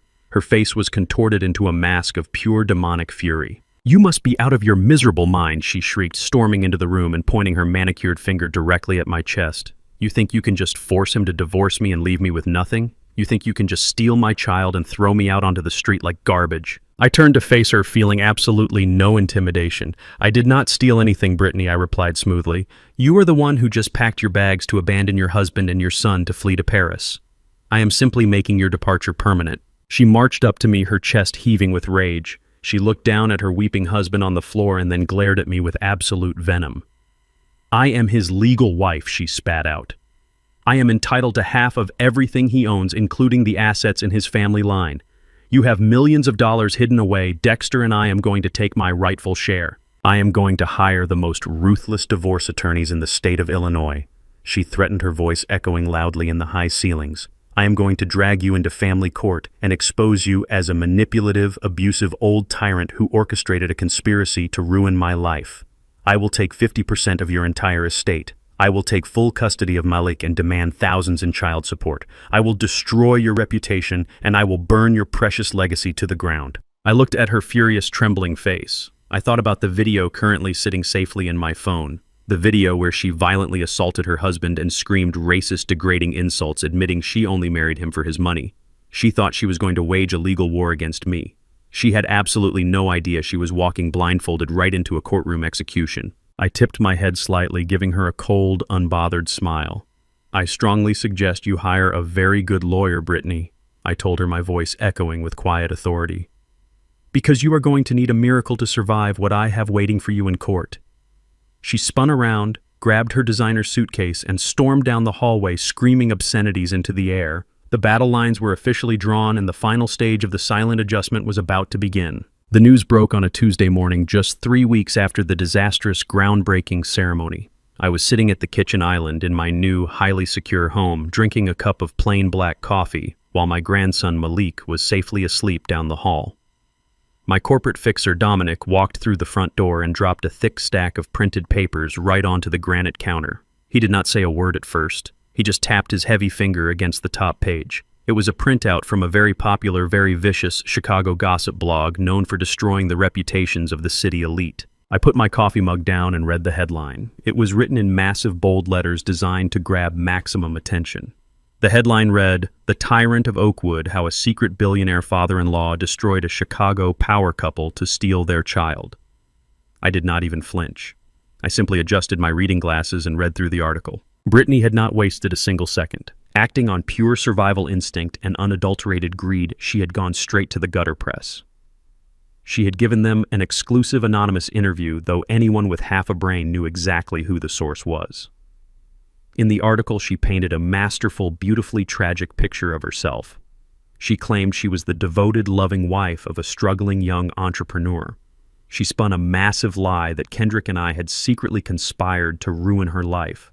She told the blog that I was a tyrannical, abusive old man who hid his massive wealth from his own family just to watch them suffer in poverty. She accused me of staging the federal raid at the groundbreaking ceremony to humiliate her and force her out of the family so I could kidnap her 7-year-old son. Dominic stood across the kitchen island, his arms crossed over his chest. His face was a mask of cold, professional fury. "Dexter," he said, his voice rumbling low in his throat, "I have our legal team on standby. We can file a massive defamation lawsuit by noon.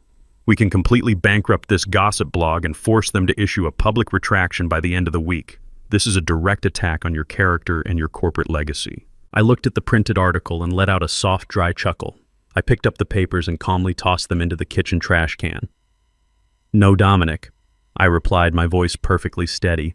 "We are not going to sue a worthless gossip blog. We are not going to issue a public statement, and we are definitely not going to defend my character to a bunch of strangers on the internet. Let her talk. Let her scream from the rooftops. Let her build her house of cards as high as she possibly wants. The higher she builds it, the harder she is going to hit the concrete when I knock it down. Dominic nodded slowly, a small, grim smile appearing on his face. He understood the strategy perfectly. When an enemy is making a massive mistake, you never interrupt them. You simply hand them a bigger shovel and watch them dig their own grave. 2 days later, the real attack began. A process server showed up at my front gate and handed the security guard a massive legal binder. Brittany had officially filed a lawsuit in the Cook County Family Court. She had not hired just any lawyer. She had hired Richard Sterling. Sterling was a sleazy, high-profile divorce attorney known throughout Chicago for representing wealthy, scorned wives. He was a shark who wore cheap cologne and expensive watches, a man who specialized in bleeding rich families dry through endless media manipulation and aggressive court tactics. Dominic and I sat in my home office and reviewed the lawsuit. It was an absolute masterpiece of legal fiction. Brittany was suing both me and Kendrick simultaneously. She was demanding a full 50% of the entire Cole estate. Her lawyer argued that because Kendrick was my son and had worked for my holding company, my massive corporate wealth was technically commingled with their marital assets. She was claiming that the millions of dollars locked in the Sylvia Cole Irrevocable Trust rightfully belonged to her because she had unknowingly supported Kendrick's business endeavors. But her financial demands were just the beginning. She was demanding $20,000 a month in permanent alimony, claiming she had become accustomed to a specific lifestyle and could no longer work due to the severe emotional distress I had allegedly caused her. Furthermore, she was demanding full absolute legal and physical custody of my grandson Malik. She asked the court to grant her $10,000 a month in child support and requested a permanent restraining order to prevent me from ever seeing the boy again. I closed the thick legal binder and leaned back in my leather chair. It was almost poetic in its delusion. She had walked out of a $10 million mansion with nothing but a suitcase full of stolen designer clothes and a head full of racist hatred, and now she believed she could use the legal system to extort me for half of my life savings. She thought the legal system was a weapon she could wield against an old man. She did not realize that a courtroom is a place based on hard evidence, and I held the most devastating piece of evidence imaginable. For the next 4 weeks, Dominic and I prepared for family court in absolute total silence. We completely ignored the media circus. Brittany made several appearances on local podcasts, crying fake tears and talking about the trauma of financial abuse. She went on a local morning television show dressed in modest, inexpensive clothing, looking completely exhausted to sell her victim narrative to the housewives of Chicago. She talked about how her cruel father-in-law had locked her out of her own home and stolen her baby. She painted me as a monster. The public ate it up. The court of public opinion had already convicted me. Kendrick, meanwhile, was living a completely different reality. He was waking up at 5 in the morning every single day, putting on his steel-toed boots and taking a bus to the Oakwood construction site. He was shoveling dirt and clearing debris for minimum wage, working off his $5 million debt to me, exactly as we agreed. I visited the site once a week. I never spoke to him. I just watched him sweat in the freezing Chicago wind. He was losing weight. His hands were covered in thick blisters. The arrogant chief executive officer was entirely dead. When the divorce papers were served to him at the construction site, he signed them on the hood of a dirt-covered pickup truck without a single word of protest. He knew he had no right to fight. The silence from our side drove Brittany and her sleazy lawyer absolutely crazy. They expected me to offer a massive multi-million-dollar settlement just to keep the scandal out of the public record. They expected me to protect my corporate reputation by writing a fat check and making them go away. When no settlement offer arrived, Richard Sterling filed aggressive motions demanding emergency hearings. He wanted to get in front of a judge as quickly as possible to secure temporary alimony and immediate custody of Malik. I told Dominic to grant them the expedited hearing. It was time to put an end to the circus. The day of the family court hearing finally arrived. The sky over downtown Chicago was heavy with gray storm clouds perfectly matching the grim atmosphere inside the massive courthouse building. Dominic and I walked through the metal detectors and took the elevator up to the 7th floor. The hallway outside the courtroom was packed with hungry reporters holding microphones and flashing cameras. They had been tipped off by Brittany's lawyer. They shouted questions at me, asking if I had hidden billions from my family, asking if I felt guilty for leaving my daughter-in-law on the street. I did not look at them. I did not utter a single syllable. I kept my head high, my posture perfectly straight, and walked through the heavy wooden doors of the courtroom. The room was cold and intimidating, smelling of old wood and floor wax. Brittany was already sitting at the plaintiff's table with her lawyer, Richard Sterling. She was putting on the performance of a lifetime. She wore a simple conservative gray dress with absolutely no jewelry. Her hair was pulled back into a messy bun, and she wore zero makeup to emphasize the dark circles under her eyes. She held a crumpled white tissue in her trembling hands, occasionally dabbing at her dry eyes as if she were overwhelmed by the trauma of just being in the same room as me.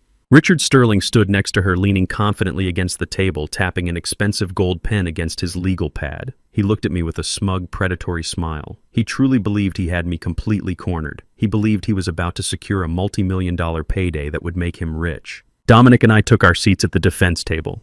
We did not bring a massive cart full of legal boxes. We did not bring a team of junior associates. Dominic simply placed one slim manila folder and a sleek silver tablet on the table in front of us. That was all we needed. The heavy wooden door behind the bench opened, and Judge Harper walked into the courtroom. She was a stern, no-nonsense woman in her early 60s, known for her absolute intolerance of domestic abuse and financial manipulation. She took her seat, arranged her robes, and looked out over the courtroom. Her eyes lingered on Brittany with a hint of genuine sympathy. Then she turned her gaze toward me. Her expression hardened instantly. It was clear she had read the gossip blogs. It was clear she had seen the morning television interviews. She looked at me exactly the way society looks at a rich, powerful man accused of crushing a vulnerable young mother. "Are we ready to proceed, counsel?" Judge Harper asked, her voice echoing sharply across the quiet room. Richard Sterling stood up immediately, buttoning his tailored suit jacket. "Yes, Your Honor, we are more than ready. We are here today to request immediate emergency spousal support, a freezing of the Cole estate assets, and the immediate return of my client's minor child who was unlawfully removed from her care by the defendant, Mr. Dexter Cole." Judge Harper nodded, making a note on her legal pad. She looked directly at Dominic, who was sitting calmly beside me, and the defense she asked, her tone dripping with judicial skepticism. "Are you prepared to respond to these extremely serious allegations today?" Dominic stood up, his massive frame demanding absolute respect in the courtroom. "Yes, Your Honor," he replied, his voice smooth and deeply resonant. "We are fully prepared. In fact, we will not need to call a single witness to the stand today. We believe the plaintiff has already provided all the testimony this court will ever need to make a final ruling." Brittany paused, her fake crying, for a fraction of a second. She lowered the crumpled tissue from her face and shot a quick, confused glance at her lawyer. Richard Sterling frowned, his smug smile faltering just a bit. He did not understand the strategy. He expected a long, drawn-out battle over financial documents and trust fund technicalities. He did not expect us to surrender the floor so quickly. I sat perfectly still in my wooden chair, looking straight ahead at the judge. The trap had been baited for weeks. Brittany had spent a month building a massive, beautiful house of cards based entirely on her own lies and her own fake victimhood. She had convinced the media, the public, and perhaps even the judge that she was a saint who was destroyed by a monster. I slowly reached into the inside pocket of my suit jacket. I felt the familiar, smooth shape of my smartphone resting against the fabric. I thought about the video saved securely on the hard drive. I thought about the violent slap, the screaming, and the vicious, racist insults she had hurled at my son in the grand foyer of their mansion. I thought about her explicitly admitting that she only married into my family to steal our wealth. Judge Harper leaned forward, clasping her hands together on the elevated bench. "Very well," she said, looking sternly at my lawyer. "You may proceed. Let us hear what you have." Dominic picked up the sleek silver tablet from our table. It was time to drop the hammer. It was time to absolutely annihilate her completely. Judge Harper adjusted her reading glasses and picked up the tablet. She tapped the screen. The audio connected to the courtroom speakers, filling the large space with crystal-clear sound. The first recording played. It was the conversation from the living room on the morning Brittany called Adult Protective Services. The entire courtroom heard Brittany's shrill, desperate voice echoing through the speakers. I heard her explicit instructions to Kendrick. She told him to forge my signature on the quitclaim deed. She told him to backdate the document. She told him I was just a crazy old man and that no one would believe me. She orchestrated a massive federal crime right there on the audio track. Richard Sterling went completely pale. The blood drained from his face so fast he looked like a ghost. He jumped out of his chair and shouted an objection, claiming the audio was inadmissible. Judge Harper slammed her wooden gavel down so hard the sound cracked like a gunshot. She ordered Sterling to sit down and remain absolutely silent, or she would hold him in contempt of court. Sterling slowly sank back into his chair, a look of pure dread washing over him. But the audio was only the beginning. The screen on the tablet shifted to a video file. It was the recording I took with my smartphone in the grand foyer of their $10 million mansion on the day the bank froze their accounts. The video played on the large monitors mounted on the courtroom walls. Everyone in the room watched as the pristine, innocent mother sitting at the plaintiff's table transformed into a violent, racist monster. They watched her slap her husband violently across the face. The sharp sound of the physical assault made several reporters in the back row gasp out loud. Then came the words. The entire courtroom listened in absolute horror as Brittany unleashed a torrent of vile, degrading insults. They heard her call my son a useless black failure. They heard her scream that she wasted her youth on a massive disappointment. And then came the ultimate confession. They heard her explicitly state that she only married Kendrick for his money. She screamed that she only wanted his wealth and that she hated him because he was too stupid to successfully run a real estate scam against his own father. The video ended. The screen went black. The silence in the courtroom was so deep and so profound that you could hear the hum of the air conditioning vents. I looked over at the plaintiff's table. Brittany was no longer crying fake tears. Her mouth was hanging wide open. Her hands were shaking so violently she dropped her crumpled tissue onto the floor. The elegant victim facade had been entirely vaporized. She was completely exposed, stripped naked under the bright fluorescent lights of the courtroom. Richard Sterling pushed his chair away from her, physically creating distance between himself and his toxic client. He knew his career was in serious jeopardy just for bringing this fraudulent case to a judge. Judge Harper slowly lowered her reading glasses. She placed the silver tablet face down on the wooden bench. When she looked up, her face had turned to absolute stone. Her eyes were burning with a righteous judicial fury. She stared directly at Brittany, and the temperature in the room seemed to drop 10 degrees. "Miss Cole." Judge Harper began, her voice trembling with barely contained anger. "In my 30 years on the bench, I have seen greed, I have seen manipulation, and I have seen spouses lie to get what they want. But I have rarely witnessed such a sickening display of premeditated fraud, domestic abuse, and racial malice. You sat in my courtroom today and attempted to use the legal system to extort millions of dollars from a man you conspired to defraud and commit to a psychiatric facility." Brittany tried to speak. She opened her mouth, stammering, trying to formulate an excuse, but no words came out. "Do not speak," Judge Harper commanded, her voice cracking like a whip. "I am ruling on this matter immediately. Your request for spousal support is denied in its entirety. Your request for a division of the Cole estate assets is denied. You entered this marriage for fraudulent financial gain, and you will leave it with absolutely nothing. Furthermore, regarding the $5 million debt incurred through the forged quitclaim deed, which you knowingly orchestrated and co-signed, I rule that the financial burden of that fraudulent loan rests entirely on your shoulders. You will not receive a single cent of protection from this court." Brittany let out a loud, horrified gasp. She grabbed the edge of the wooden table, her knuckles turning white. "But Your Honor," she shrieked, her voice echoing frantically, "I have no money. I cannot pay that debt. I will go to prison." Judge Harper leaned forward, her expression ruthless and unyielding. "That is a matter for the federal authorities, Miss Cole. I am immediately forwarding all the digital evidence presented today directly to the district attorney and the Federal Bureau of Investigation. I am officially recommending that they pursue maximum criminal charges against you for conspiracy to commit wire fraud, bank fraud, and domestic assault." The gavel slammed down again, sealing her fate permanently. "This civil hearing is adjourned," Judge Harper announced, standing up from the bench. "Bailiffs, remove the plaintiff from my courtroom." 2 large armed bailiffs approached the plaintiff's table immediately. They grabbed Brittany's arms. She completely lost her mind.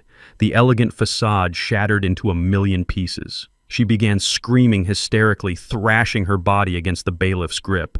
She cursed my name, she cursed the judge, and she screamed that it was not fair. She dug her expensive high heels into the carpet, trying to resist, but the bailiffs were too strong. They dragged her backward down the center aisle of the courtroom. The reporters scrambled out of the way, snapping pictures of her crying, ruined face. Her screams echoed down the marble hallway outside long after the heavy wooden doors swung shut. The courtroom slowly emptied until only a few people remained. I sat at the defense table, perfectly calm. Dominic packed up the silver tablet and slid it back into his manila folder.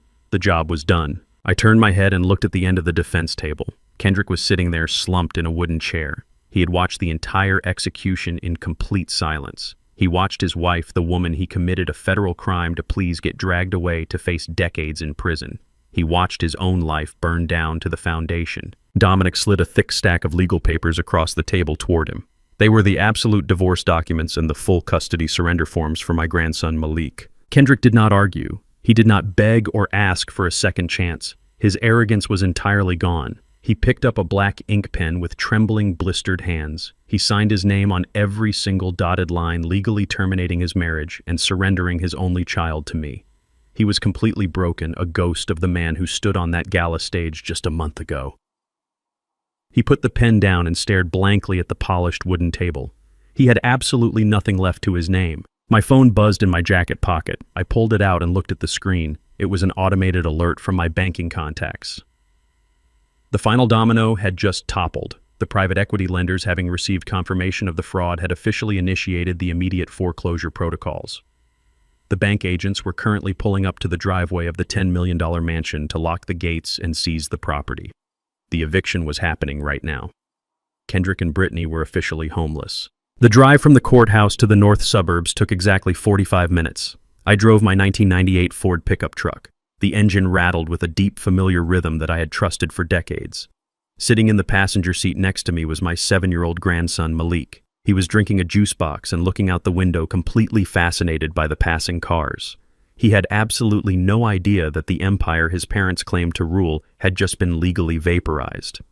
He did not know that his mother was facing federal indictments or that his father had just signed away every single right to his own life. I kept the radio playing soft, old-school soul music to shield the boy from the brutal reality of the afternoon. Malik was safe. He was sitting in a truck paid for with honest money, wearing clothes bought with clean cash. I was not going to let the toxic radioactive fallout of his parents' greed touch a single hair on his head. I had already secured his future through a locked, ironclad trust. Now I just had to guide him through the wreckage of the present. We turned onto the winding, tree-lined street that led to Kendrick's massive $10 million estate. Usually the heavy wrought iron security gates were closed tight, keeping the neighborhood elites separated from the rest of the world. Today the gates were pushed wide open. The electronic keypad had been completely disabled. I pulled my truck over to the side of the street, parking just outside the property line. I left the engine running and the heat on. I turned to Malik and gave him a gentle smile. I told him to stay in the truck and listen to the music while his grandfather took care of some quick business. I promised him we would go get some deep dish pizza as soon as I was done. He smiled back, kicking his feet happily against the floorboard. He was entirely safe in his innocent bubble. I stepped out of the truck and walked slowly up the long paved driveway. The scene unfolding in front of the grand mansion was a masterpiece of financial destruction. It was the absolute clinical execution of a foreclosure. 3 black sport utility vehicles were parked aggressively across the pristine driveway, blocking the garage doors. 6 men in sharp gray suits were moving methodically around the property, carrying thick clipboards and digital tablets. They were asset recovery agents representing the private equity lenders. They were not there to negotiate. They were there to strip the carcass of my son's fake empire down to the bone. 2 uniformed sheriff deputies stood by the massive oak front doors with their hands resting casually on their utility belts, ensuring that the eviction proceeded without any physical violence. The agents were already slapping heavy yellow seizure stickers onto the windshields of the luxury vehicles parked in the driveway. Brittany's brand new Mercedes-Benz and Kendrick's imported sports car were officially property of the bank. The tow trucks were already idling on the street, waiting to drag the ultimate symbols of their fake wealth to an impound lot. I stood by the edge of the manicured lawn and watched the front doors swing open. The bank had given them exactly 30 minutes to vacate the premises. They were not allowed to call a moving company. They were not allowed to bring out large furniture, flat-screen televisions, or expensive artwork. The bank considered all of those items collateral damage, subject to immediate liquidation to satisfy the massive $5 million fraudulent debt. Brittany came stumbling out of the front doors first. The elegant high society queen of Chicago real estate was dragging 2 heavy black plastic trash bags across the stone porch. The cheap plastic tore against the sharp edge of the marble steps, spilling a pile of imported silk blouses and expensive high heels onto the dirt. She was hyperventilating, her face streaked with ruined makeup and sweat. She dropped the trash bags and screamed at the lead bank agent. She demanded that they allow her to go back inside to retrieve her collection of designer handbags. She yelled that she was a victim and that those bags belonged to her personally. The lead agent, a tall man with a completely emotionless face, simply stepped in front of the door and shook his head. He informed her in a flat robotic tone that every single asset inside the property boundaries was now frozen under federal mandate. He told her if she attempted to re-enter the property, the sheriff deputies would immediately arrest her for trespassing and obstruction of justice. Brittany let out a loud, guttural shriek of pure frustration. She kicked one of the stray high heels across the driveway, her pristine image entirely dissolved into madness. She was officially a woman with no home, no money, and no friends. The elite socialites she spent years trying to impress were nowhere to be found. Her cell phone had been ringing unanswered all morning. The gossip blogs had already done their damage. She was completely, utterly radioactive. A few seconds later, Kendrick walked slowly out of the front doors. My son looked like a hollow shell. He dragged a single black trash bag behind him, containing nothing but a few pairs of jeans and some plain cotton shirts. His expensive, custom-tailored suits were left hanging in the massive walk-in closet seized by the bank to pay for his crimes. He walked with a heavy slouch, his shoulders pulled down by the crushing gravity of his total failure. The lead bank agent stepped up to Kendrick and held out his hand. He did not ask politely. He simply demanded the master keys to the estate. Kendrick did not argue. He did not try to negotiate or beg for more time. He reached into his pocket, pulled out the heavy ring of keys, and dropped them into the agent's waiting palm. The metal jingled sharply in the cold afternoon air. It was the sound of a kingdom falling. The agent immediately turned around, inserted a master key into the heavy oak doors, and locked the deadbolt with a loud, definitive click. The mansion was officially sealed. Kendrick stood in the driveway, staring blankly at the locked doors. He had leveraged his father's land, forged a federal document, and destroyed his entire family, all to keep the keys to a house he could never truly afford. Now, he had absolutely nothing. He was standing in the cold Chicago wind with a garbage bag full of cheap clothes. I remained silent, watching from the edge of the driveway. I wanted him to feel the absolute bottom of the barrel. I wanted the cold, hard reality of poverty to sink deep into his bones. This was the exact starting line I had stood on 40 years ago. Now he was going to have to learn how to survive it. Brittany turned around and saw Kendrick standing there like a statue. Even now completely ruined and facing potential federal indictments, she could not drop her repulsive entitlement. She marched over to him, her face twisted in an ugly sneer. "What are you just standing there for?" she barked, her voice echoing shrilly across the seizing property. "Pull out your phone and call an Uber Black. I am not standing out here in the freezing cold next to a pile of garbage bags. We need to go to a hotel right now. Call a car, Kendrick. Do something useful for once in your miserable life." Kendrick slowly turned his head and looked at his wife. He looked at the woman who had slapped him across the face just days prior. He looked at the woman who had screamed racist insults at him and admitted she only married him to drain his bank accounts. He looked at the woman who had pushed him to commit a federal felony that almost cost him his freedom. He slowly reached into his pocket and pulled out his smartphone. The screen was still cracked from when he dropped it in the foyer.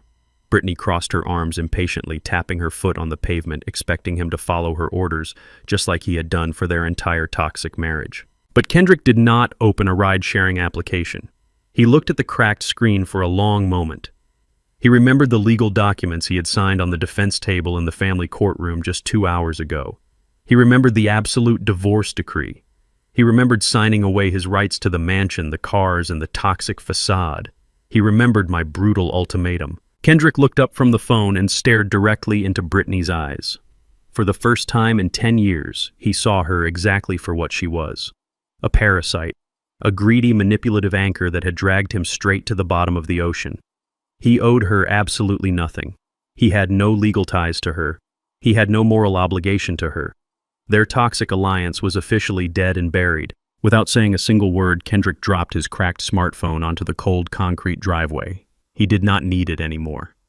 He reached down and grabbed the plastic knot of his single garbage bag. He hoisted the bag over his shoulder. He turned his back completely on Brittany and began to walk. He did not walk toward the locked mansion. He did not walk toward the seized luxury cars. He walked straight down the long paved driveway, heading toward the public bus stop out on the main commercial avenue. Brittany stood frozen in shock as she watched him walk away. "Kendrick, where are you going?" she screamed, her voice pitching into a hysterical panic. "You cannot leave me here. I have no money. I have no cards. Kendrick, come back here right now. I am your wife." Kendrick did not stop. He did not even turn his head to look back. He kept his head down, putting one foot in front of the other, walking away from the ruins of his fake life. He walked right past me, standing at the edge of the property. He did not ask me for a ride. He knew the terms of our agreement. He had to hit rock bottom on his own 2 feet. Brittany was left completely alone, standing in the middle of the driveway, surrounded by bank agents who ignored her entirely. She clutched her trash bag of clothes, shivering in the freezing wind, screaming at a husband who was never coming back. I turned around and walked back to my truck. I climbed into the driver's seat and closed the heavy metal door, shutting out the sound of her frantic shrieks. Malik was still sitting in the passenger seat, happily listening to the old soul music, finishing his juice box. He looked over at me with big, bright eyes. "Are we going to get pizza now, Grandpa?" he asked, his voice pure and untainted.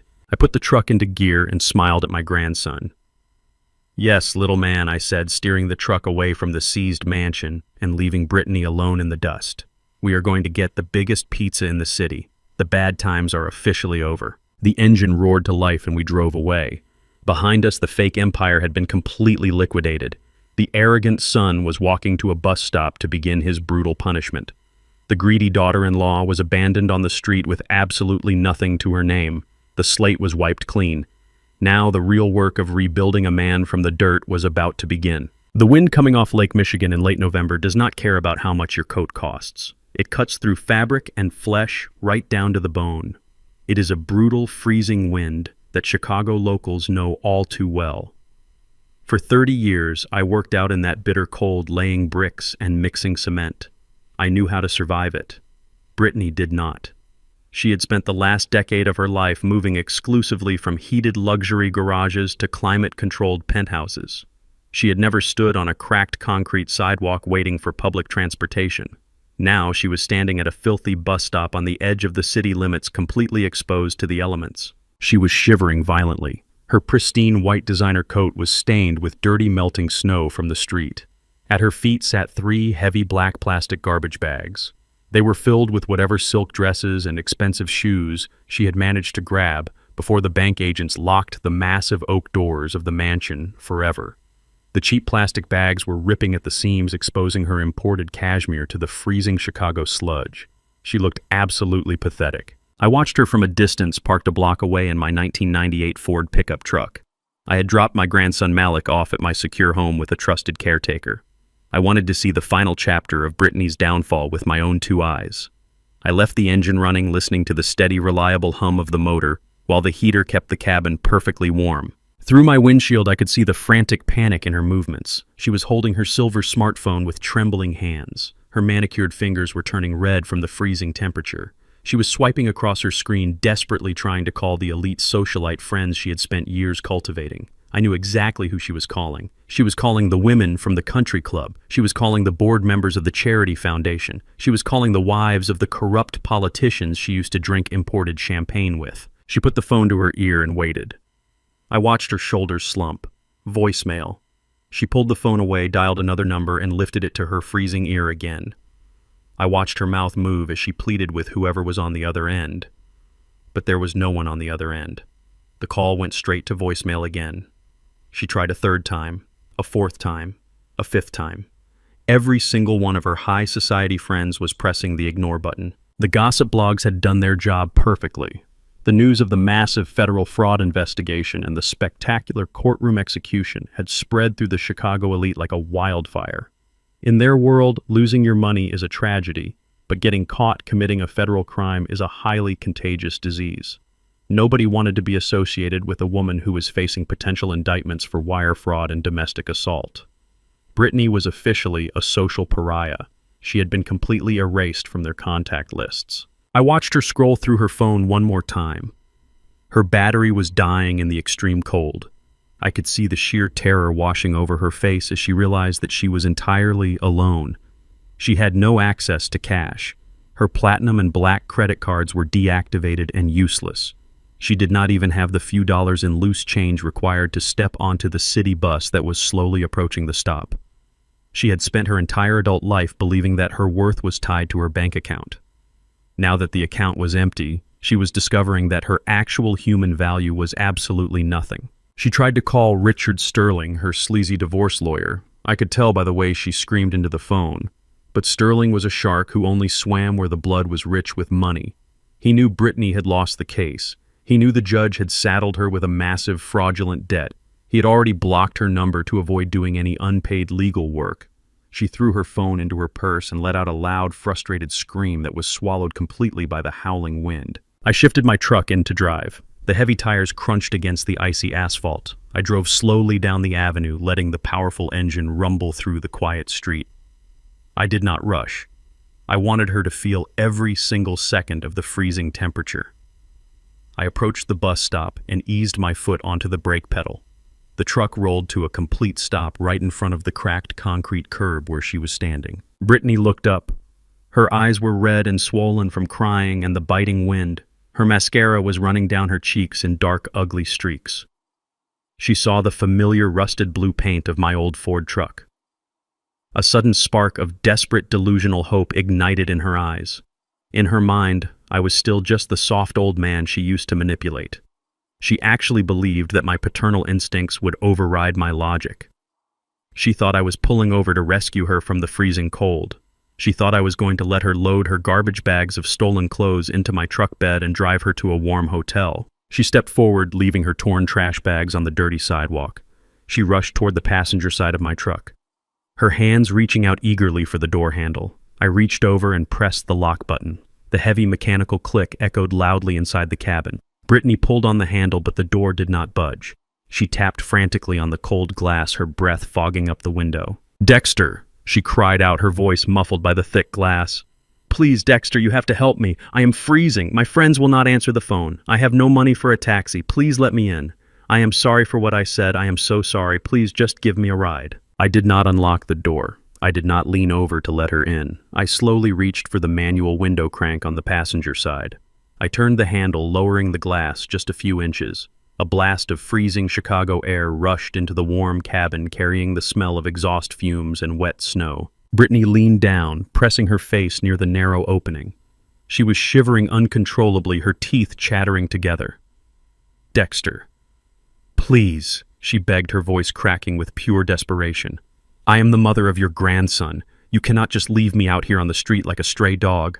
I have absolutely nothing left." I looked at her through the narrow gap in the window. I did not feel a single ounce of pity. I looked at the woman who had slapped my son across the face.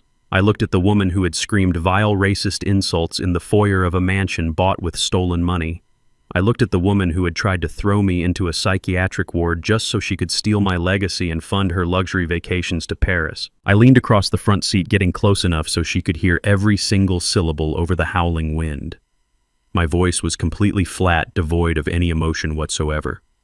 "Looks like your value on the market just dropped below $2, Brittany," I said. Her desperate expression froze completely. The delusional hope in her eyes shattered into a million irreversible pieces. She finally understood that the bridge between us was not just burned, it was entirely obliterated.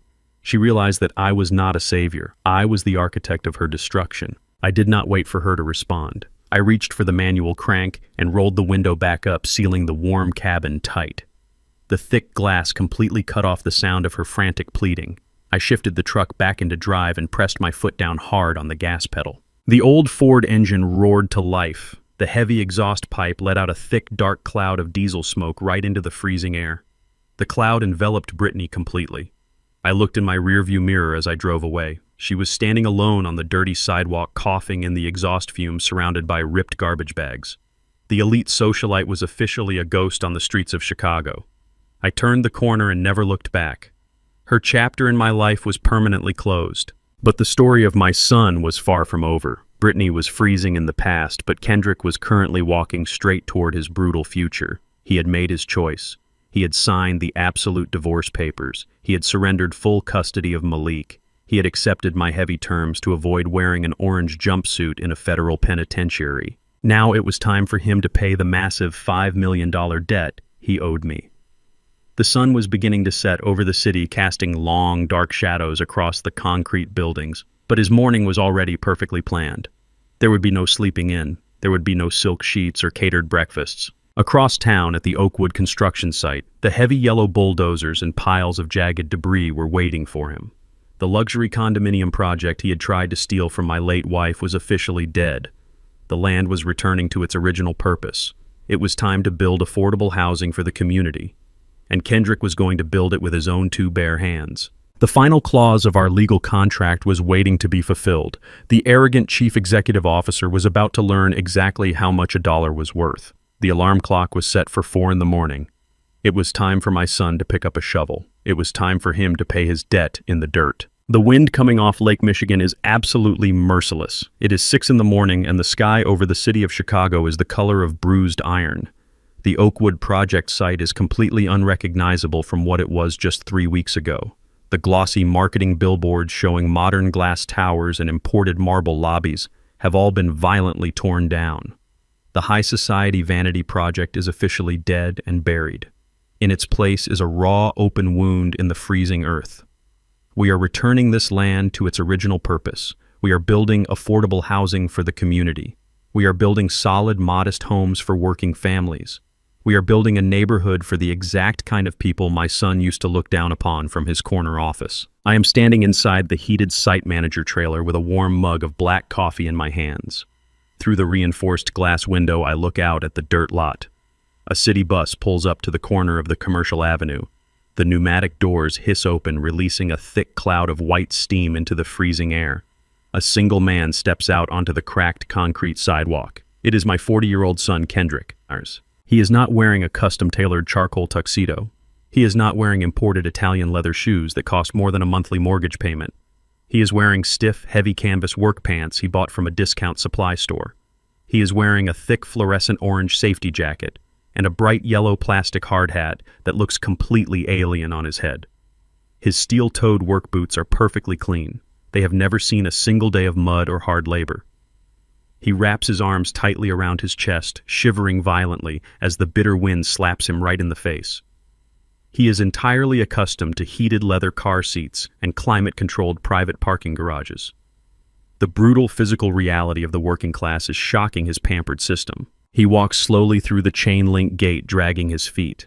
He looks like a ghost haunting the graveyard of his own massive ego. He approaches the main staging area where the heavy equipment is idling. The site foreman is waiting for him. The foreman's name is Big John.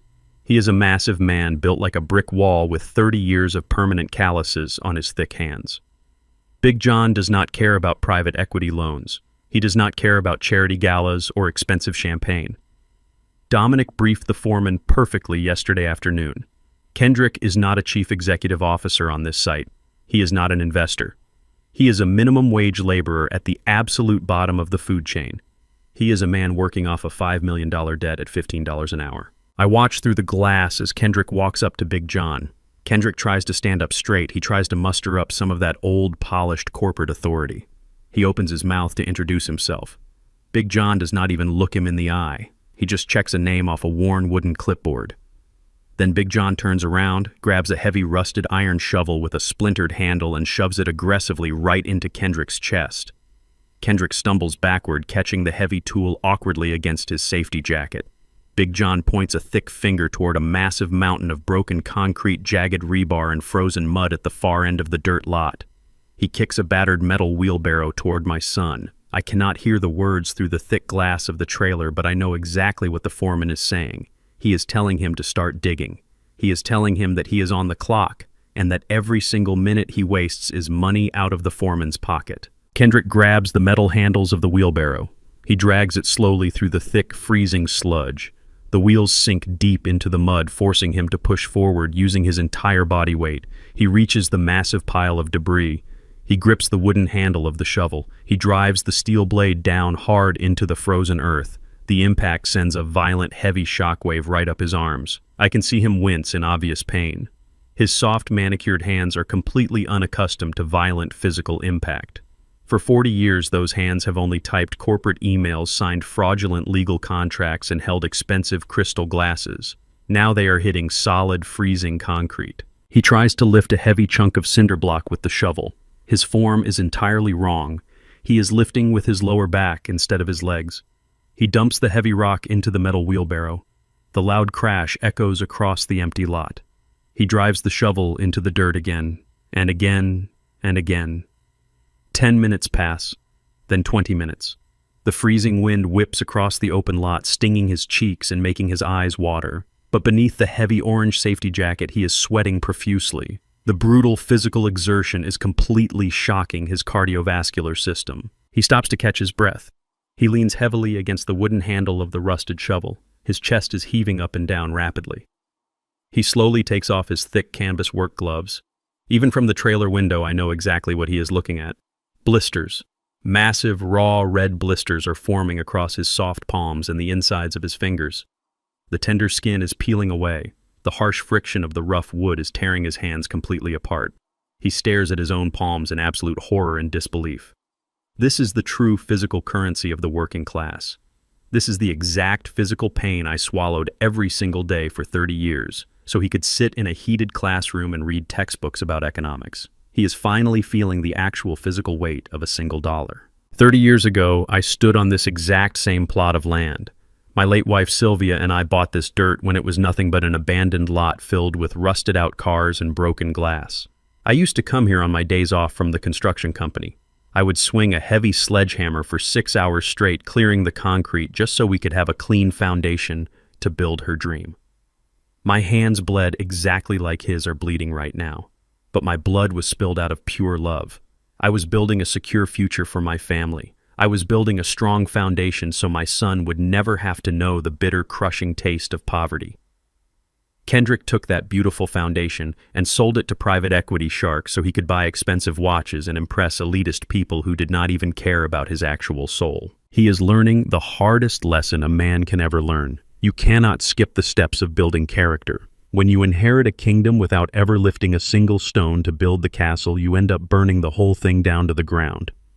Kendrick thought he was vastly superior to the working class. He thought the men in the high-visibility jackets and the steel-toed boots were far beneath his high intellect. Now he is standing shoulder to shoulder with them, but he is the absolute poorest man on the entire site. The men working next to him get to go home to their loving families with a steady paycheck. Kendrick is shoveling freezing dirt just to stay out of a federal prison cell. The wind picks up howling aggressively off the lake. It whips across the open dirt lot, kicking up a thick cloud of freezing gray dust. Kendrick turns his head and coughs violently. The dark dust coats his face, sticking to the sweat rolling down his cheeks. He looks absolutely miserable. Every single muscle in his soft, unconditioned body is rejecting the manual labor. I watch him try to massage his lower back. He bends backward, grimacing in severe, agonizing pain. Big John walks by carrying a massive heavy stack of wooden planks on his broad shoulder as if they weigh absolutely nothing. He stops walking and glares at my son. He points aggressively at the half-empty wheelbarrow, barking a loud command. Kendrick flinches at the loud, authoritative tone. He is completely stripped of his corporate defensive mechanisms. He cannot call human resources. He cannot threaten to fire the man. He is a powerless ghost, trapped in the brutal purgatory of his own massive financial debt. Kendrick grabs the freezing metal handles of the wheelbarrow again. He pushes forward aggressively. His boots slip hard in the wet, freezing mud. He drops to one knee, landing violently in the brown sludge. The heavy wheelbarrow tips sideways, spilling half of the broken concrete rocks back onto the frozen ground. Kendrick stays on his knee in the freezing mud for a very long time. His head hangs low. He is staring blankly at the dirt. I know he is crying. I can see the subtle, heavy shaking of his shoulders. He is mourning the brutal death of his fake life. He is mourning the loss of his $10 million mansion, his luxury imported cars, and the beautiful, greedy wife who abandoned him at a public bus stop. He is mourning the total illusion of his own greatness. I take another slow sip of my hot black coffee. I watch him struggle in the mud.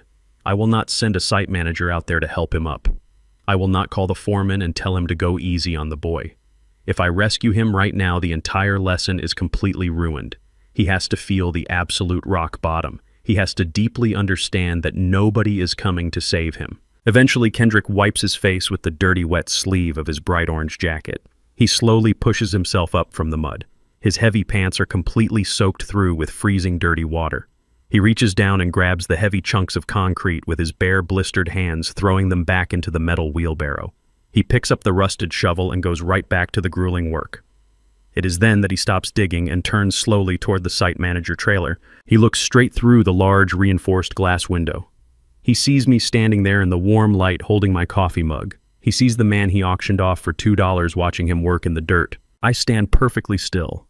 I wait for the angry glare. I wait for the look of pure, unadulterated hatred. I fully expect him to look at me with the same venomous resentment he showed me in the grand foyer of his mansion when I demanded he divorce his wife and surrender his only son. I expect the spoiled, arrogant boy to fiercely rebel against his brutal punishment. But the glare never comes. Kendrick looks at me standing in the warm, safe trailer. He looks down at his own bleeding, blistered hands. He looks at the massive mountain of dirt he still has to move. The sheer crushing weight of the last 3 weeks finally breaks entirely through his massive ego. The fake charity galas, the imported champagne, the tailored suits, and the hollow corporate titles are all completely dead. He is standing in the absolute ruins of his own massive hubris. He does not yell. He does not shake his fist in defiance. He simply lowers his head. His shoulders slump in complete and total submission. He reaches down and picks up the heavy rusted shovel, gripping it tightly with his bleeding hands. He turns his back to the trailer, drives the steel blade deep into the frozen Chicago mud, and keeps shoveling. My new house sits at the end of a quiet cul-de-sac in a working-class neighborhood. It does not have marble columns or crystal chandeliers. It does not have a 10-car garage filled with imported European sports cars. It is a solid brick house built on a thick concrete foundation. It has a heavy steel security gate, high-definition cameras, and a reinforced front door. It is a fortress designed to keep the toxic noise of the world completely outside. This is where I brought my 7-year-old grandson Malik to live. The transition from a $10 million mega mansion to a practical 4-bedroom home was a massive shock to the boy. When we first walked through the front door, he dropped his small backpack on the hardwood floor and looked around with wide, confused eyes. He asked me where the private chef was. He asked me who was going to unpack his bags. He looked for the massive playroom filled with thousands of dollars of untouched electronic toys. I knelt down to his eye level and placed my large, calloused hands on his small shoulders. I told him that in this house we unpack our own bags. I told him that in this house we cook our own food and we wash our own plates. I watched a brief flicker of panic cross his face. For his entire short life, his mother Brittany had taught him that manual labor was for lesser people. She had taught him that snapping his fingers would magically produce whatever he desired. He was already infected with the very early stages of the exact same arrogant disease that had completely destroyed his father. I knew I had to pull that poison out of his veins before it settled into his heart permanently. But I also knew I had to do it gently. He was just a child. He was an innocent casualty in a war created by 2 incredibly greedy adults. The first few nights were the hardest. Malik would wake up crying, asking where his mother was. He would ask why his father was not coming home from work in his fancy suit. It took every single ounce of my self-control not to tell the boy the brutal, ugly truth. I wanted to tell him that his mother abandoned him at a public bus stop because her credit cards were declined. I wanted to tell him that his father was currently digging in the freezing mud to avoid a federal prison sentence. But a real man does not poison a child's mind against his own parents. A coward uses children as weapons in a divorce. I am not a coward. So I sat on the edge of his bed and rubbed his back until his breathing slowed down. I told him that his mother and father were currently going through a very difficult time. I told him they had made some serious mistakes and that they were away learning how to fix them. I promised him that he was absolutely safe with me and that nothing bad would ever happen to him under my roof. I absorbed his tears and I carried his confusion so he would not have to. By the second week, the boy started to adapt. Children are incredibly resilient if you give them a stable, quiet environment. He stopped asking for the private chef. He started helping me wash the dishes after dinner. He stood on a small wooden step stool at the kitchen sink, his hands covered in soapy water, scrubbing the plates with a serious look of concentration on his face. I saw a spark of genuine pride in his eyes when he finished. He was learning the very first lesson of self-reliance. He was learning that he was capable of taking care of himself. On a bright Saturday morning, the weather finally broke. The brutal Chicago winter loosened its grip, and the early spring sun warmed the backyard. I decided it was time for the next lesson. I walked into the kitchen where Malik was eating a bowl of oatmeal. I told him to put on a pair of old jeans and some sturdy shoes. I told him we were going to work outside in the dirt. He frowned immediately. His mother had always told him that dirt was disgusting. She used to scold him if he even stepped off the paved driveway at the old mansion. She treated the earth like it was a disease. I just smiled at him and walked out the back door. I knew curiosity would eventually pull him outside. 10 minutes later, the back screen door creaked open. Malik stepped out onto the wooden deck, looking unsure. I was already kneeling in the grass, preparing a large rectangular wooden planter box. I was using a small metal hand trowel to break up the dense, dark soil. I wore an old pair of leather work gloves and a faded denim shirt. I waved him over to me. He walked across the grass, stepping carefully as if the ground might swallow him whole. He stood next to the wooden planter box, looking down at the dark, wet earth. I reached into my pocket and pulled out a small, crumpled paper envelope. I held it out to him. "Do you know what is inside this envelope, Malik?" I asked him, my voice low and steady. He shook his head, his eyes fixed on the worn paper. "These are tomato seeds," I explained. "Your grandmother Sylvia saved these seeds 30 years ago. She grew the most beautiful tomatoes on the entire south side of Chicago. She used to say that you can never truly appreciate the taste of a meal until you understand the sweat and the patience it takes to grow it from the ground up." Malik looked at me and then looked back at the dirt. "But the grocery store has tomatoes," he said, his voice full of innocent logic. "We can just go buy them." I nodded slowly, acknowledging his point. "You are right, little man. We can buy them. But when you buy something with money, you only know the price of it. You do not know the value of it. Anyone with a piece of plastic in your wallet can buy a tomato, but it takes a patient, careful man to grow one. It takes a man who is not afraid to get his hands dirty." I patted the soil next to me. I told him to kneel down. He hesitated for a long moment, fighting against years of his mother's toxic conditioning. Then very slowly, he lowered himself onto the grass. He knelt right next to me, his small knees pressing into the soft earth. I handed him the metal trowel. I guided his small hand over the wooden handle. We pressed the steel blade down into the dirt together. We turned the soil over, breaking up the hard clumps, exposing the rich, dark earth underneath. The smell of the wet soil rose up into the spring air. It was a clean, honest smell. It was the smell of potential. At first, Malik tried to keep his hands perfectly clean. He tried to hold the trowel with just 2 fingers. But as we kept working, the rhythm of the labor caught his attention. He forgot about his mother's rules. He forgot about the spotless marble floors of the mansion. He dropped the trowel and just shoved his bare hands right into the dirt. He laughed out loud as the cool, wet mud squished between his small fingers. It was a beautiful, pure sound. It was the sound of a boy finally being allowed to just be a boy. We spent 2 hours working in the sun. We measured the spacing for the plants. We dug the small, shallow holes. I let him carefully pinch the tiny dry seeds from the paper envelope and drop them exactly into the center of each hole. We gently covered them with soil, patting the earth down firmly but carefully. Then we took the green garden hose and watered the bed, watching the dry dirt turn dark and heavy as it absorbed the moisture. We sat back on the grass, completely covered in mud. Malik's face had a streak of dirt right across his forehead. His shoes were ruined and his jeans were stained brown. He looked absolutely exhausted, but he had a massive, proud smile on his face. He looked at the long wooden planter box as if he had just built an entire skyscraper. "We have to wait now, Grandpa," he asked, wiping his forehead and spreading more dirt across his face. "Yes, we have to wait," I replied, looking out at our work. "We have to water them every day.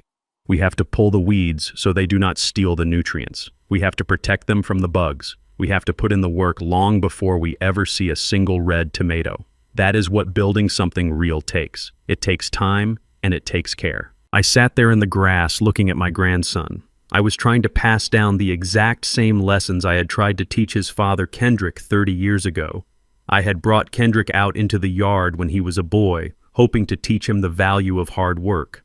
But Kendrick had complained. He had whined about the heat and the dirt. He had abandoned the garden to go sit inside an air-conditioned room. I failed to force the lesson on my son, and it ultimately cost him his entire life. I was not going to make the same mistake twice. I was breaking the generational curse of entitlement right here in this soil. I was building a stronger man out of this boy. We stood up and walked toward the back patio to wash our hands at the outdoor sink. The cold water ran over our muddy fingers, turning the water brown as it circled the drain. Malik scrubbed his small hands diligently, watching the mud wash away. He was quiet for a few minutes. The proud smile slowly faded from his face, replaced by a serious, thoughtful expression. He looked down at the running water and then looked up at me. "Grandpa," he said, his voice small and hesitant. "My dad used to wear a suit every day. He used to talk on his phone and tell a lot of people what to do.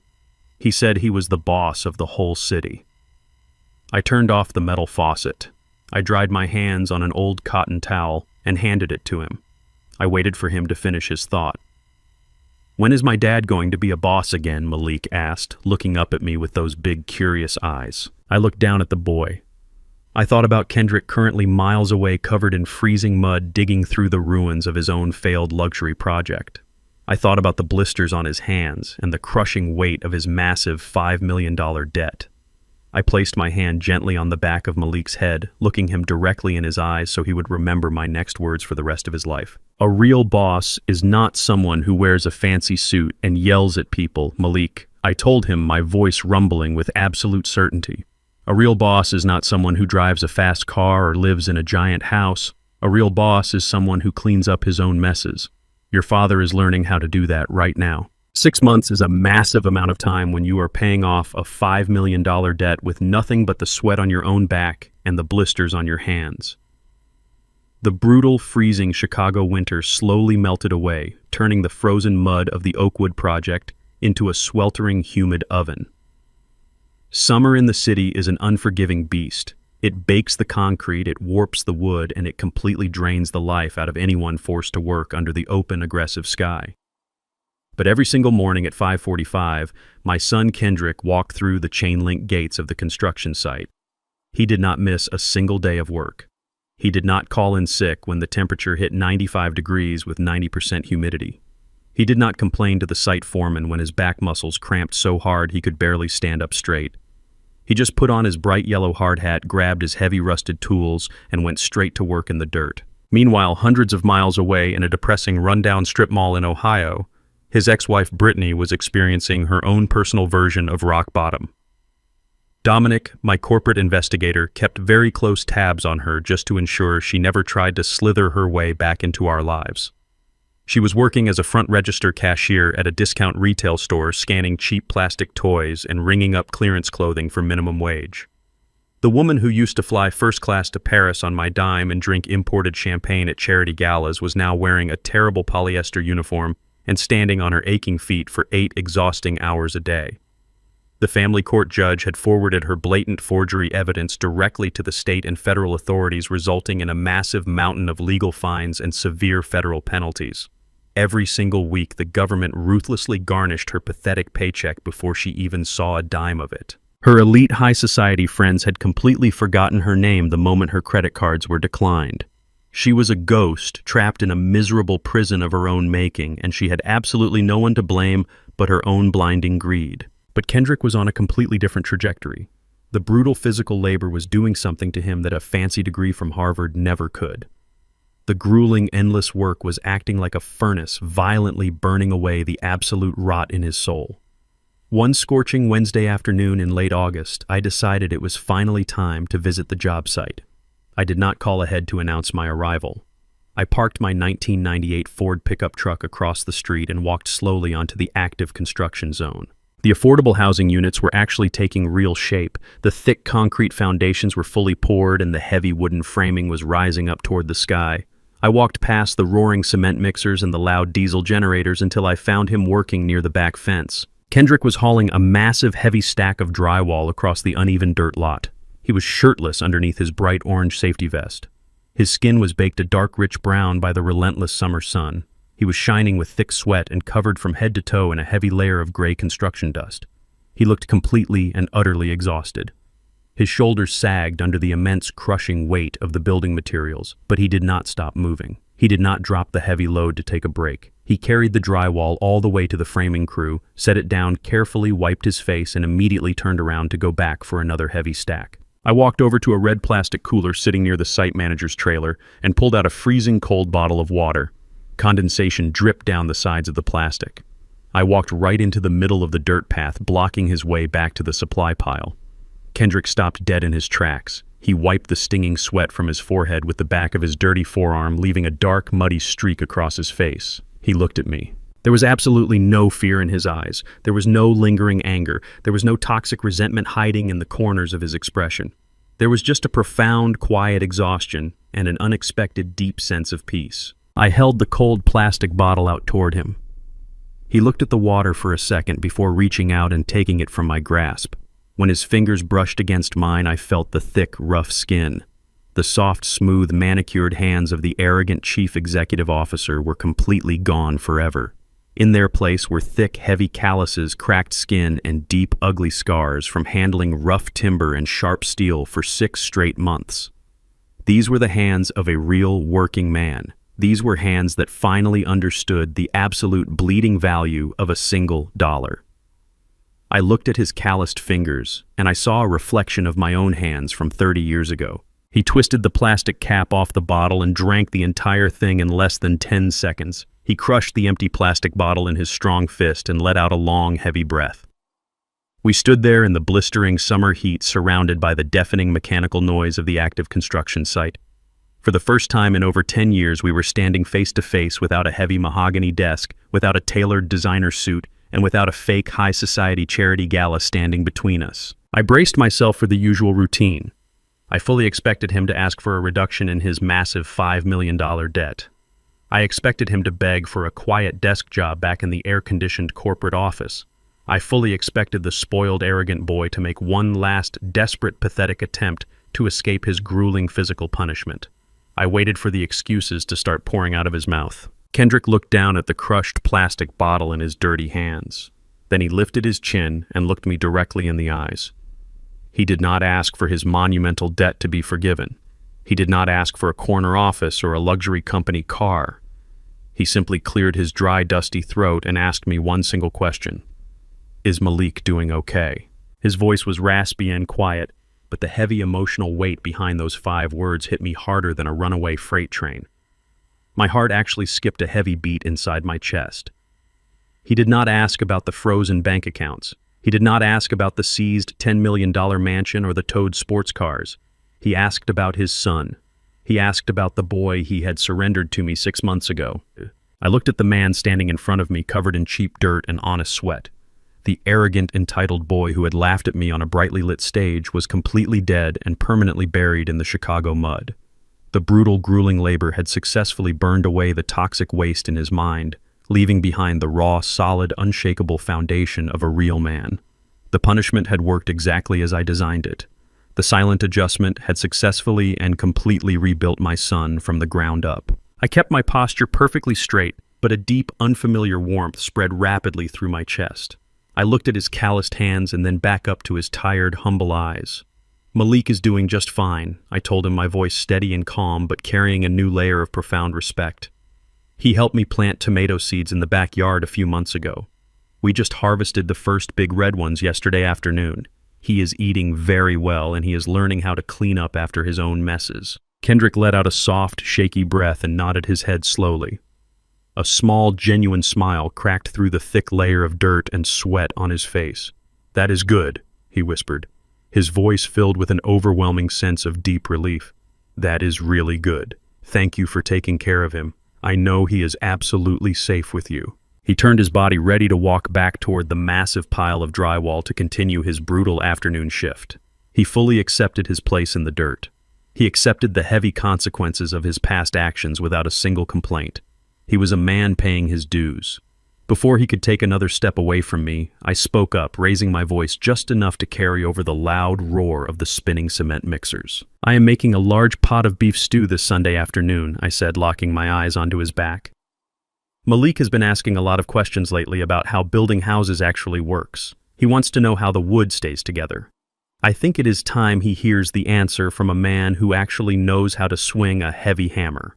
"You can come by the house at 2 o'clock on Sunday, Kendrick. Just make sure you wash the dirt off your hands before you sit at my dinner table." Kendrick froze completely still in the middle of the dirt path.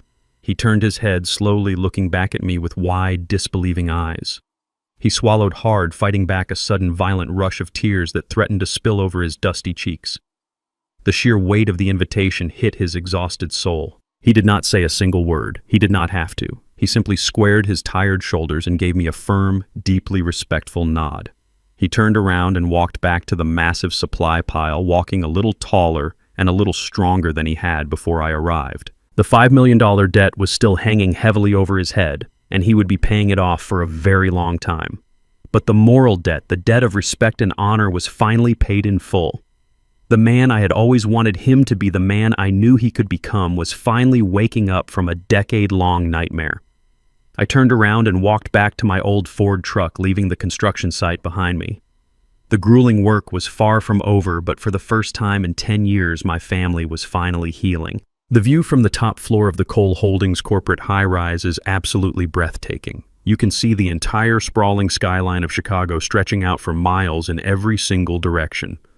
For the last 10 years, my son Kendrick sat in this exact same leather chair looking out through these massive floor-to-ceiling glass windows.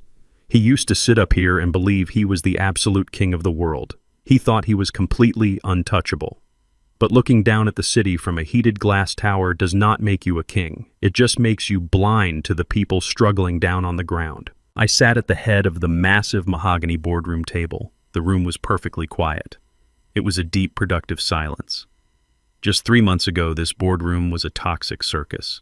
Kendrick had filled these expensive leather chairs with a dozen useless corporate parasites. He had hired weak men in expensive suits who did nothing but flatter his massive ego and rubber stamp his terrible financial decisions. They were professional yes-men who happily drank his imported coffee while the company was secretly bleeding millions of dollars. When I took back total executive control of my empire, the very first thing I did was clean house. I did not send polite corporate emails. I did not offer generous severance packages. I walked into this boardroom with Dominic standing right behind me, and I fired every single one of Kendrick's sycophants in less than 10 minutes.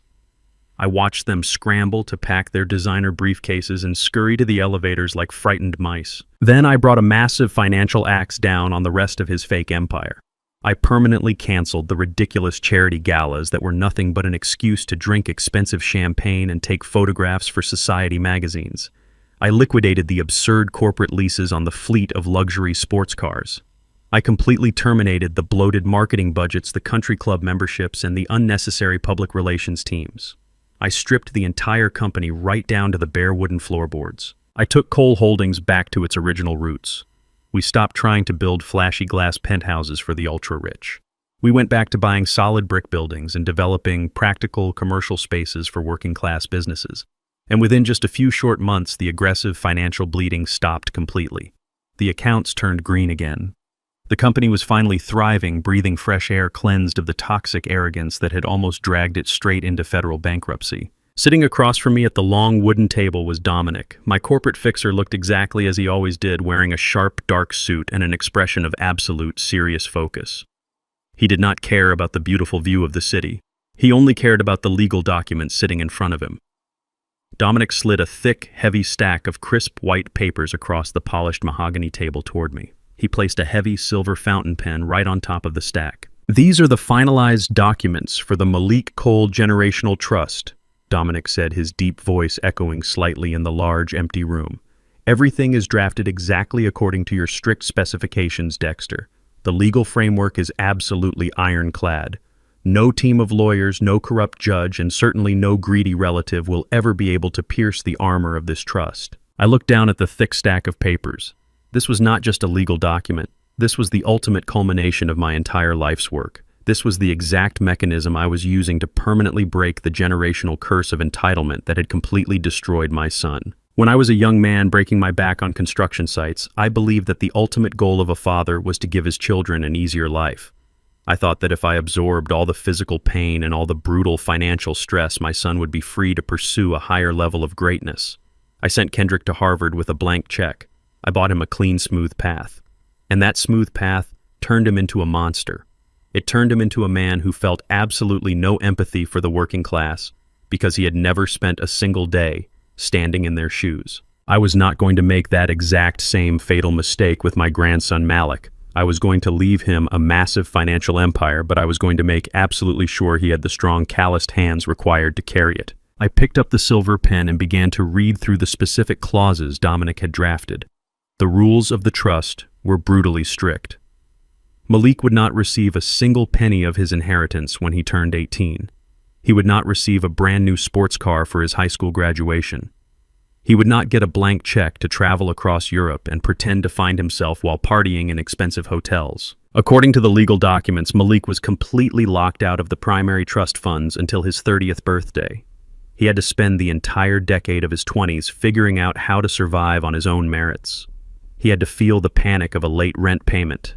He had to understand the deep, burning frustration of looking at a low bank account balance. He had to learn how to budget, how to save, and how to earn his own keep. But waiting until he was 30 was only the baseline requirement. I read the next clause, which was the most important rule in the entire document. In order to unlock the corporate shares and the family wealth, Malik had to successfully complete a full college degree.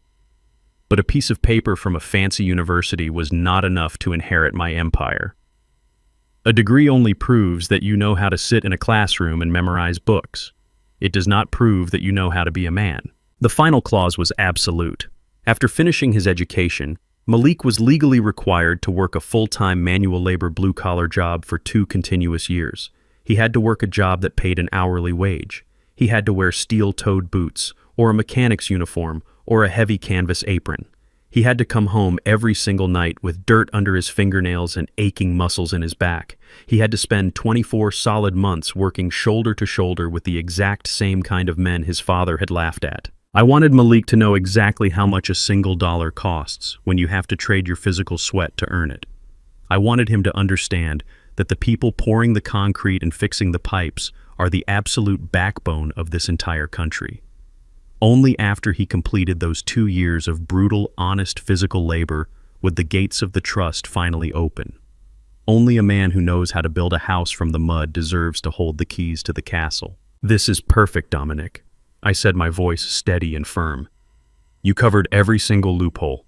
Brittany will never be able to touch a dime of this money, and Malik will have to build his own character before he ever touches my bank accounts." I pressed the silver pen against the thick paper. I signed my name with a heavy, deliberate stroke. I signed the next page and the next. With every single signature, I was locking away millions of dollars into a secure, protective vault. I was legally transferring the immense weight of my legacy out of the hands of the arrogant elite and placing it into a safe waiting for a boy to become a worthy man.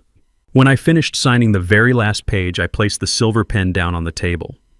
The silence in the boardroom returned, settling over us like a heavy, warm blanket. The corporate war was officially over. The company was completely secure. My grandson was legally protected. The brutal storm of the last several months had finally passed, leaving behind a clean, solid foundation. Dominic gathered the thick stack of signed papers and tapped the edges against the mahogany table to perfectly align them. He slid the documents into a heavy leather briefcase and snapped the brass lock shut. He stood up from his chair, buttoning his dark suit jacket. He looked around the massive, empty boardroom. He looked at the long, polished table and the rows of empty leather chairs. Then he turned his sharp, observant eyes toward the head of the table. He looked at the large executive chair where Kendrick used to sit and pretend to be the king of Chicago. Dominic looked back down at me. His expression was carefully neutral, but I could see the subtle, quiet curiosity hiding in his eyes. He had stood by my side while we completely destroyed Kendrick's fake life. He had watched me force my son into the freezing mud to pay off a $5 million debt with a rusted shovel. He knew exactly how ruthless I could be. Dexter, Dominic said, his deep voice completely calm. "The company is stabilized. The assets are locked. You have completely neutralized every single threat against your family legacy. But I have to ask you one final question." I leaned back in my chair, resting my hands on the armrests. "Go ahead, Dominic," I replied. "You have earned the right to ask me anything you want." Dominic looked at the empty executive chair again. "Are you ever going to let Kendrick walk back into this building?" he asked directly. "Are you ever going to let him sit in that chair again and return to the boardroom?" I looked out the massive glass windows at the sprawling city of Chicago. I thought about the text message I received from the site foreman just yesterday afternoon. Big John had sent me a picture of my 40-year-old son. Kendrick was covered in thick gray concrete dust, pushing a heavy wheelbarrow full of broken cinder blocks under the blazing summer sun. He looked completely exhausted, but his shoulders were squared and his head was held high. He was not complaining. He was not begging for a bailout. He was finally doing the brutal, honest work of a real man. He was paying his massive debt, one single heavy shovel full of dirt at a time. I looked back at Dominic. I did not smile, but a deep, quiet sense of peace settled firmly into my chest. The spoiled, arrogant boy who auctioned his father off for $2 was dead and permanently buried. The man who was slowly rising from that dirty construction site was someone I might actually be able to respect. Maybe I said, my voice echoing softly, but carrying the absolute weight of a finalized promise. When he fully proves that he knows how to handle a shovel, maybe I will finally let him handle a pen. The Sunday afternoon sun casts long, warm shadows across the thick green grass of my backyard. The air is perfectly still and quiet. Inside the kitchen, a large, heavy, cast-iron pot of beef stew is simmering slowly on the stove. The rich, thick smell of roasted meat and potatoes fills the entire house. It is the exact same meal my late wife Sylvia used to make for us when we lived in a tiny, cramped apartment on the south side of Chicago. It is the smell of a real home. It is the smell of honest survival and hard work. A heavy engine rumbles down the quiet suburban street. I sit in my sturdy wooden rocking chair on the front porch and watch a battered silver pickup truck pull into my driveway. The engine clicks off. The heavy metal door swings open and my 40-year-old son steps out onto the pavement. Kendrick is not wearing a $10,000 custom tuxedo. He is not wearing imported Italian leather shoes or a silk tie. He is wearing a faded gray cotton t-shirt and a pair of cheap heavy denim work jeans covered in dried white concrete dust. His steel-toed boots are scuffed and deeply scarred from months of brutal physical labor at the Oakwood construction site. He looks completely exhausted. His shoulders carry the heavy natural slump of a man who has spent the last 60 hours shoveling freezing mud and hauling heavy wooden planks. But as he walks up the concrete driveway toward my front porch, his head is held high and his steps are firm and deliberate. He walks like a man who actually owns his own soul. He walks up the wooden steps of the porch. He stops in front of my rocking chair and looks me directly in the eyes. There is no arrogance left in his expression. There is no toxic entitlement. There is only a deep, quiet respect. He nods his head to me once. I nod back. I point toward the front door, telling him that the stew is almost ready and that his son is waiting for him inside the living room. Kendrick walks through the heavy front door. I do not follow him immediately. I stay on the porch listening through the open screen door. I hear the sound of heavy work boots walking across the hardwood floor. I hear the water running in the kitchen sink as he thoroughly washes the thick dirt and heavy grease off his calloused, blistered hands. He remembers the one strict rule I gave him. He washes his hands completely clean before he sits at my dinner table. Then I hear the absolute best sound in the entire world. I hear my 7-year-old grandson Malik yell the word "Dad." I hear the heavy thud of Kendrick dropping to his knees on the living room floor to catch his boy in a tight embrace. I stand up from my rocking chair and walk quietly into the house. I stand in the hallway and watch them from the shadows. Kendrick is sitting cross-legged on the simple woven rug right in the middle of the living room. Malik is sitting right across from him. Between them is a massive scattered pile of brightly colored plastic Lego bricks. They are building a small house together. Malik is snapping the tiny plastic walls into place while Kendrick hands him the correct pieces. Kendrick is smiling. It is not the fake, predatory smile he used to wear at high society charity galas. It is a real, tired, genuine smile. His thick, scarred hands look huge next to the small plastic toys, but he moves with careful, gentle precision. I look around the quiet living room. There are no flashing cameras here. There are no wealthy real estate investors waiting to be impressed. There are no crystal champagne flutes, and there are no elite socialites wearing expensive diamond necklaces. There is no Britney pacing the room screaming about luxury cars and private equity loans. All of that toxic garbage was completely incinerated. The massive $5 million debt, the federal fraud investigation, the seized mansion, and the public humiliation have all faded into the distant past. What is left is exactly what matters most in this world. A father and a son sitting on a rug building something real together with their own 2 hands. I turn around and walk back out onto the front porch. I lower myself back into the wooden rocking chair and look out at the quiet street. The war is officially over. The silent adjustment is fully complete. The empire is safe and the generational curse is permanently broken. I lean back and listen to the faint sound of my son and grandson laughing together inside the house. Blood does not give anyone the right to disrespect you. People think that sharing a last name means you have to tolerate abuse, manipulation, and blinding greed. They are completely wrong. Generational wealth is an absolute curse if it is not paired with generational wisdom. If you hand a massive fortune to a boy who has never lifted a heavy shovel, you are simply handing him the matches he will use to burn his own house down. You do not buy respect. You earn it in the dirt. You earn it by taking full responsibility for your own massive failures. And you certainly never let anyone auction off your dignity for a cheap laugh in a room full of greedy strangers. Sometimes to save a man from himself, you cannot just throw him a life preserver. Sometimes you have to let his false world burn entirely to the ground. You have to let him lose the fake friends, the greedy wife, and the stolen money. You have to force him to stand in the absolute ruins of his own arrogance so he can finally learn how to rebuild himself from the mud. It was a brutal, agonizing lesson. It cost him his mansion, his toxic marriage, and his foolish pride. But looking at the honest, hardworking man sitting on my living room floor right now, I know it was worth every single painful second.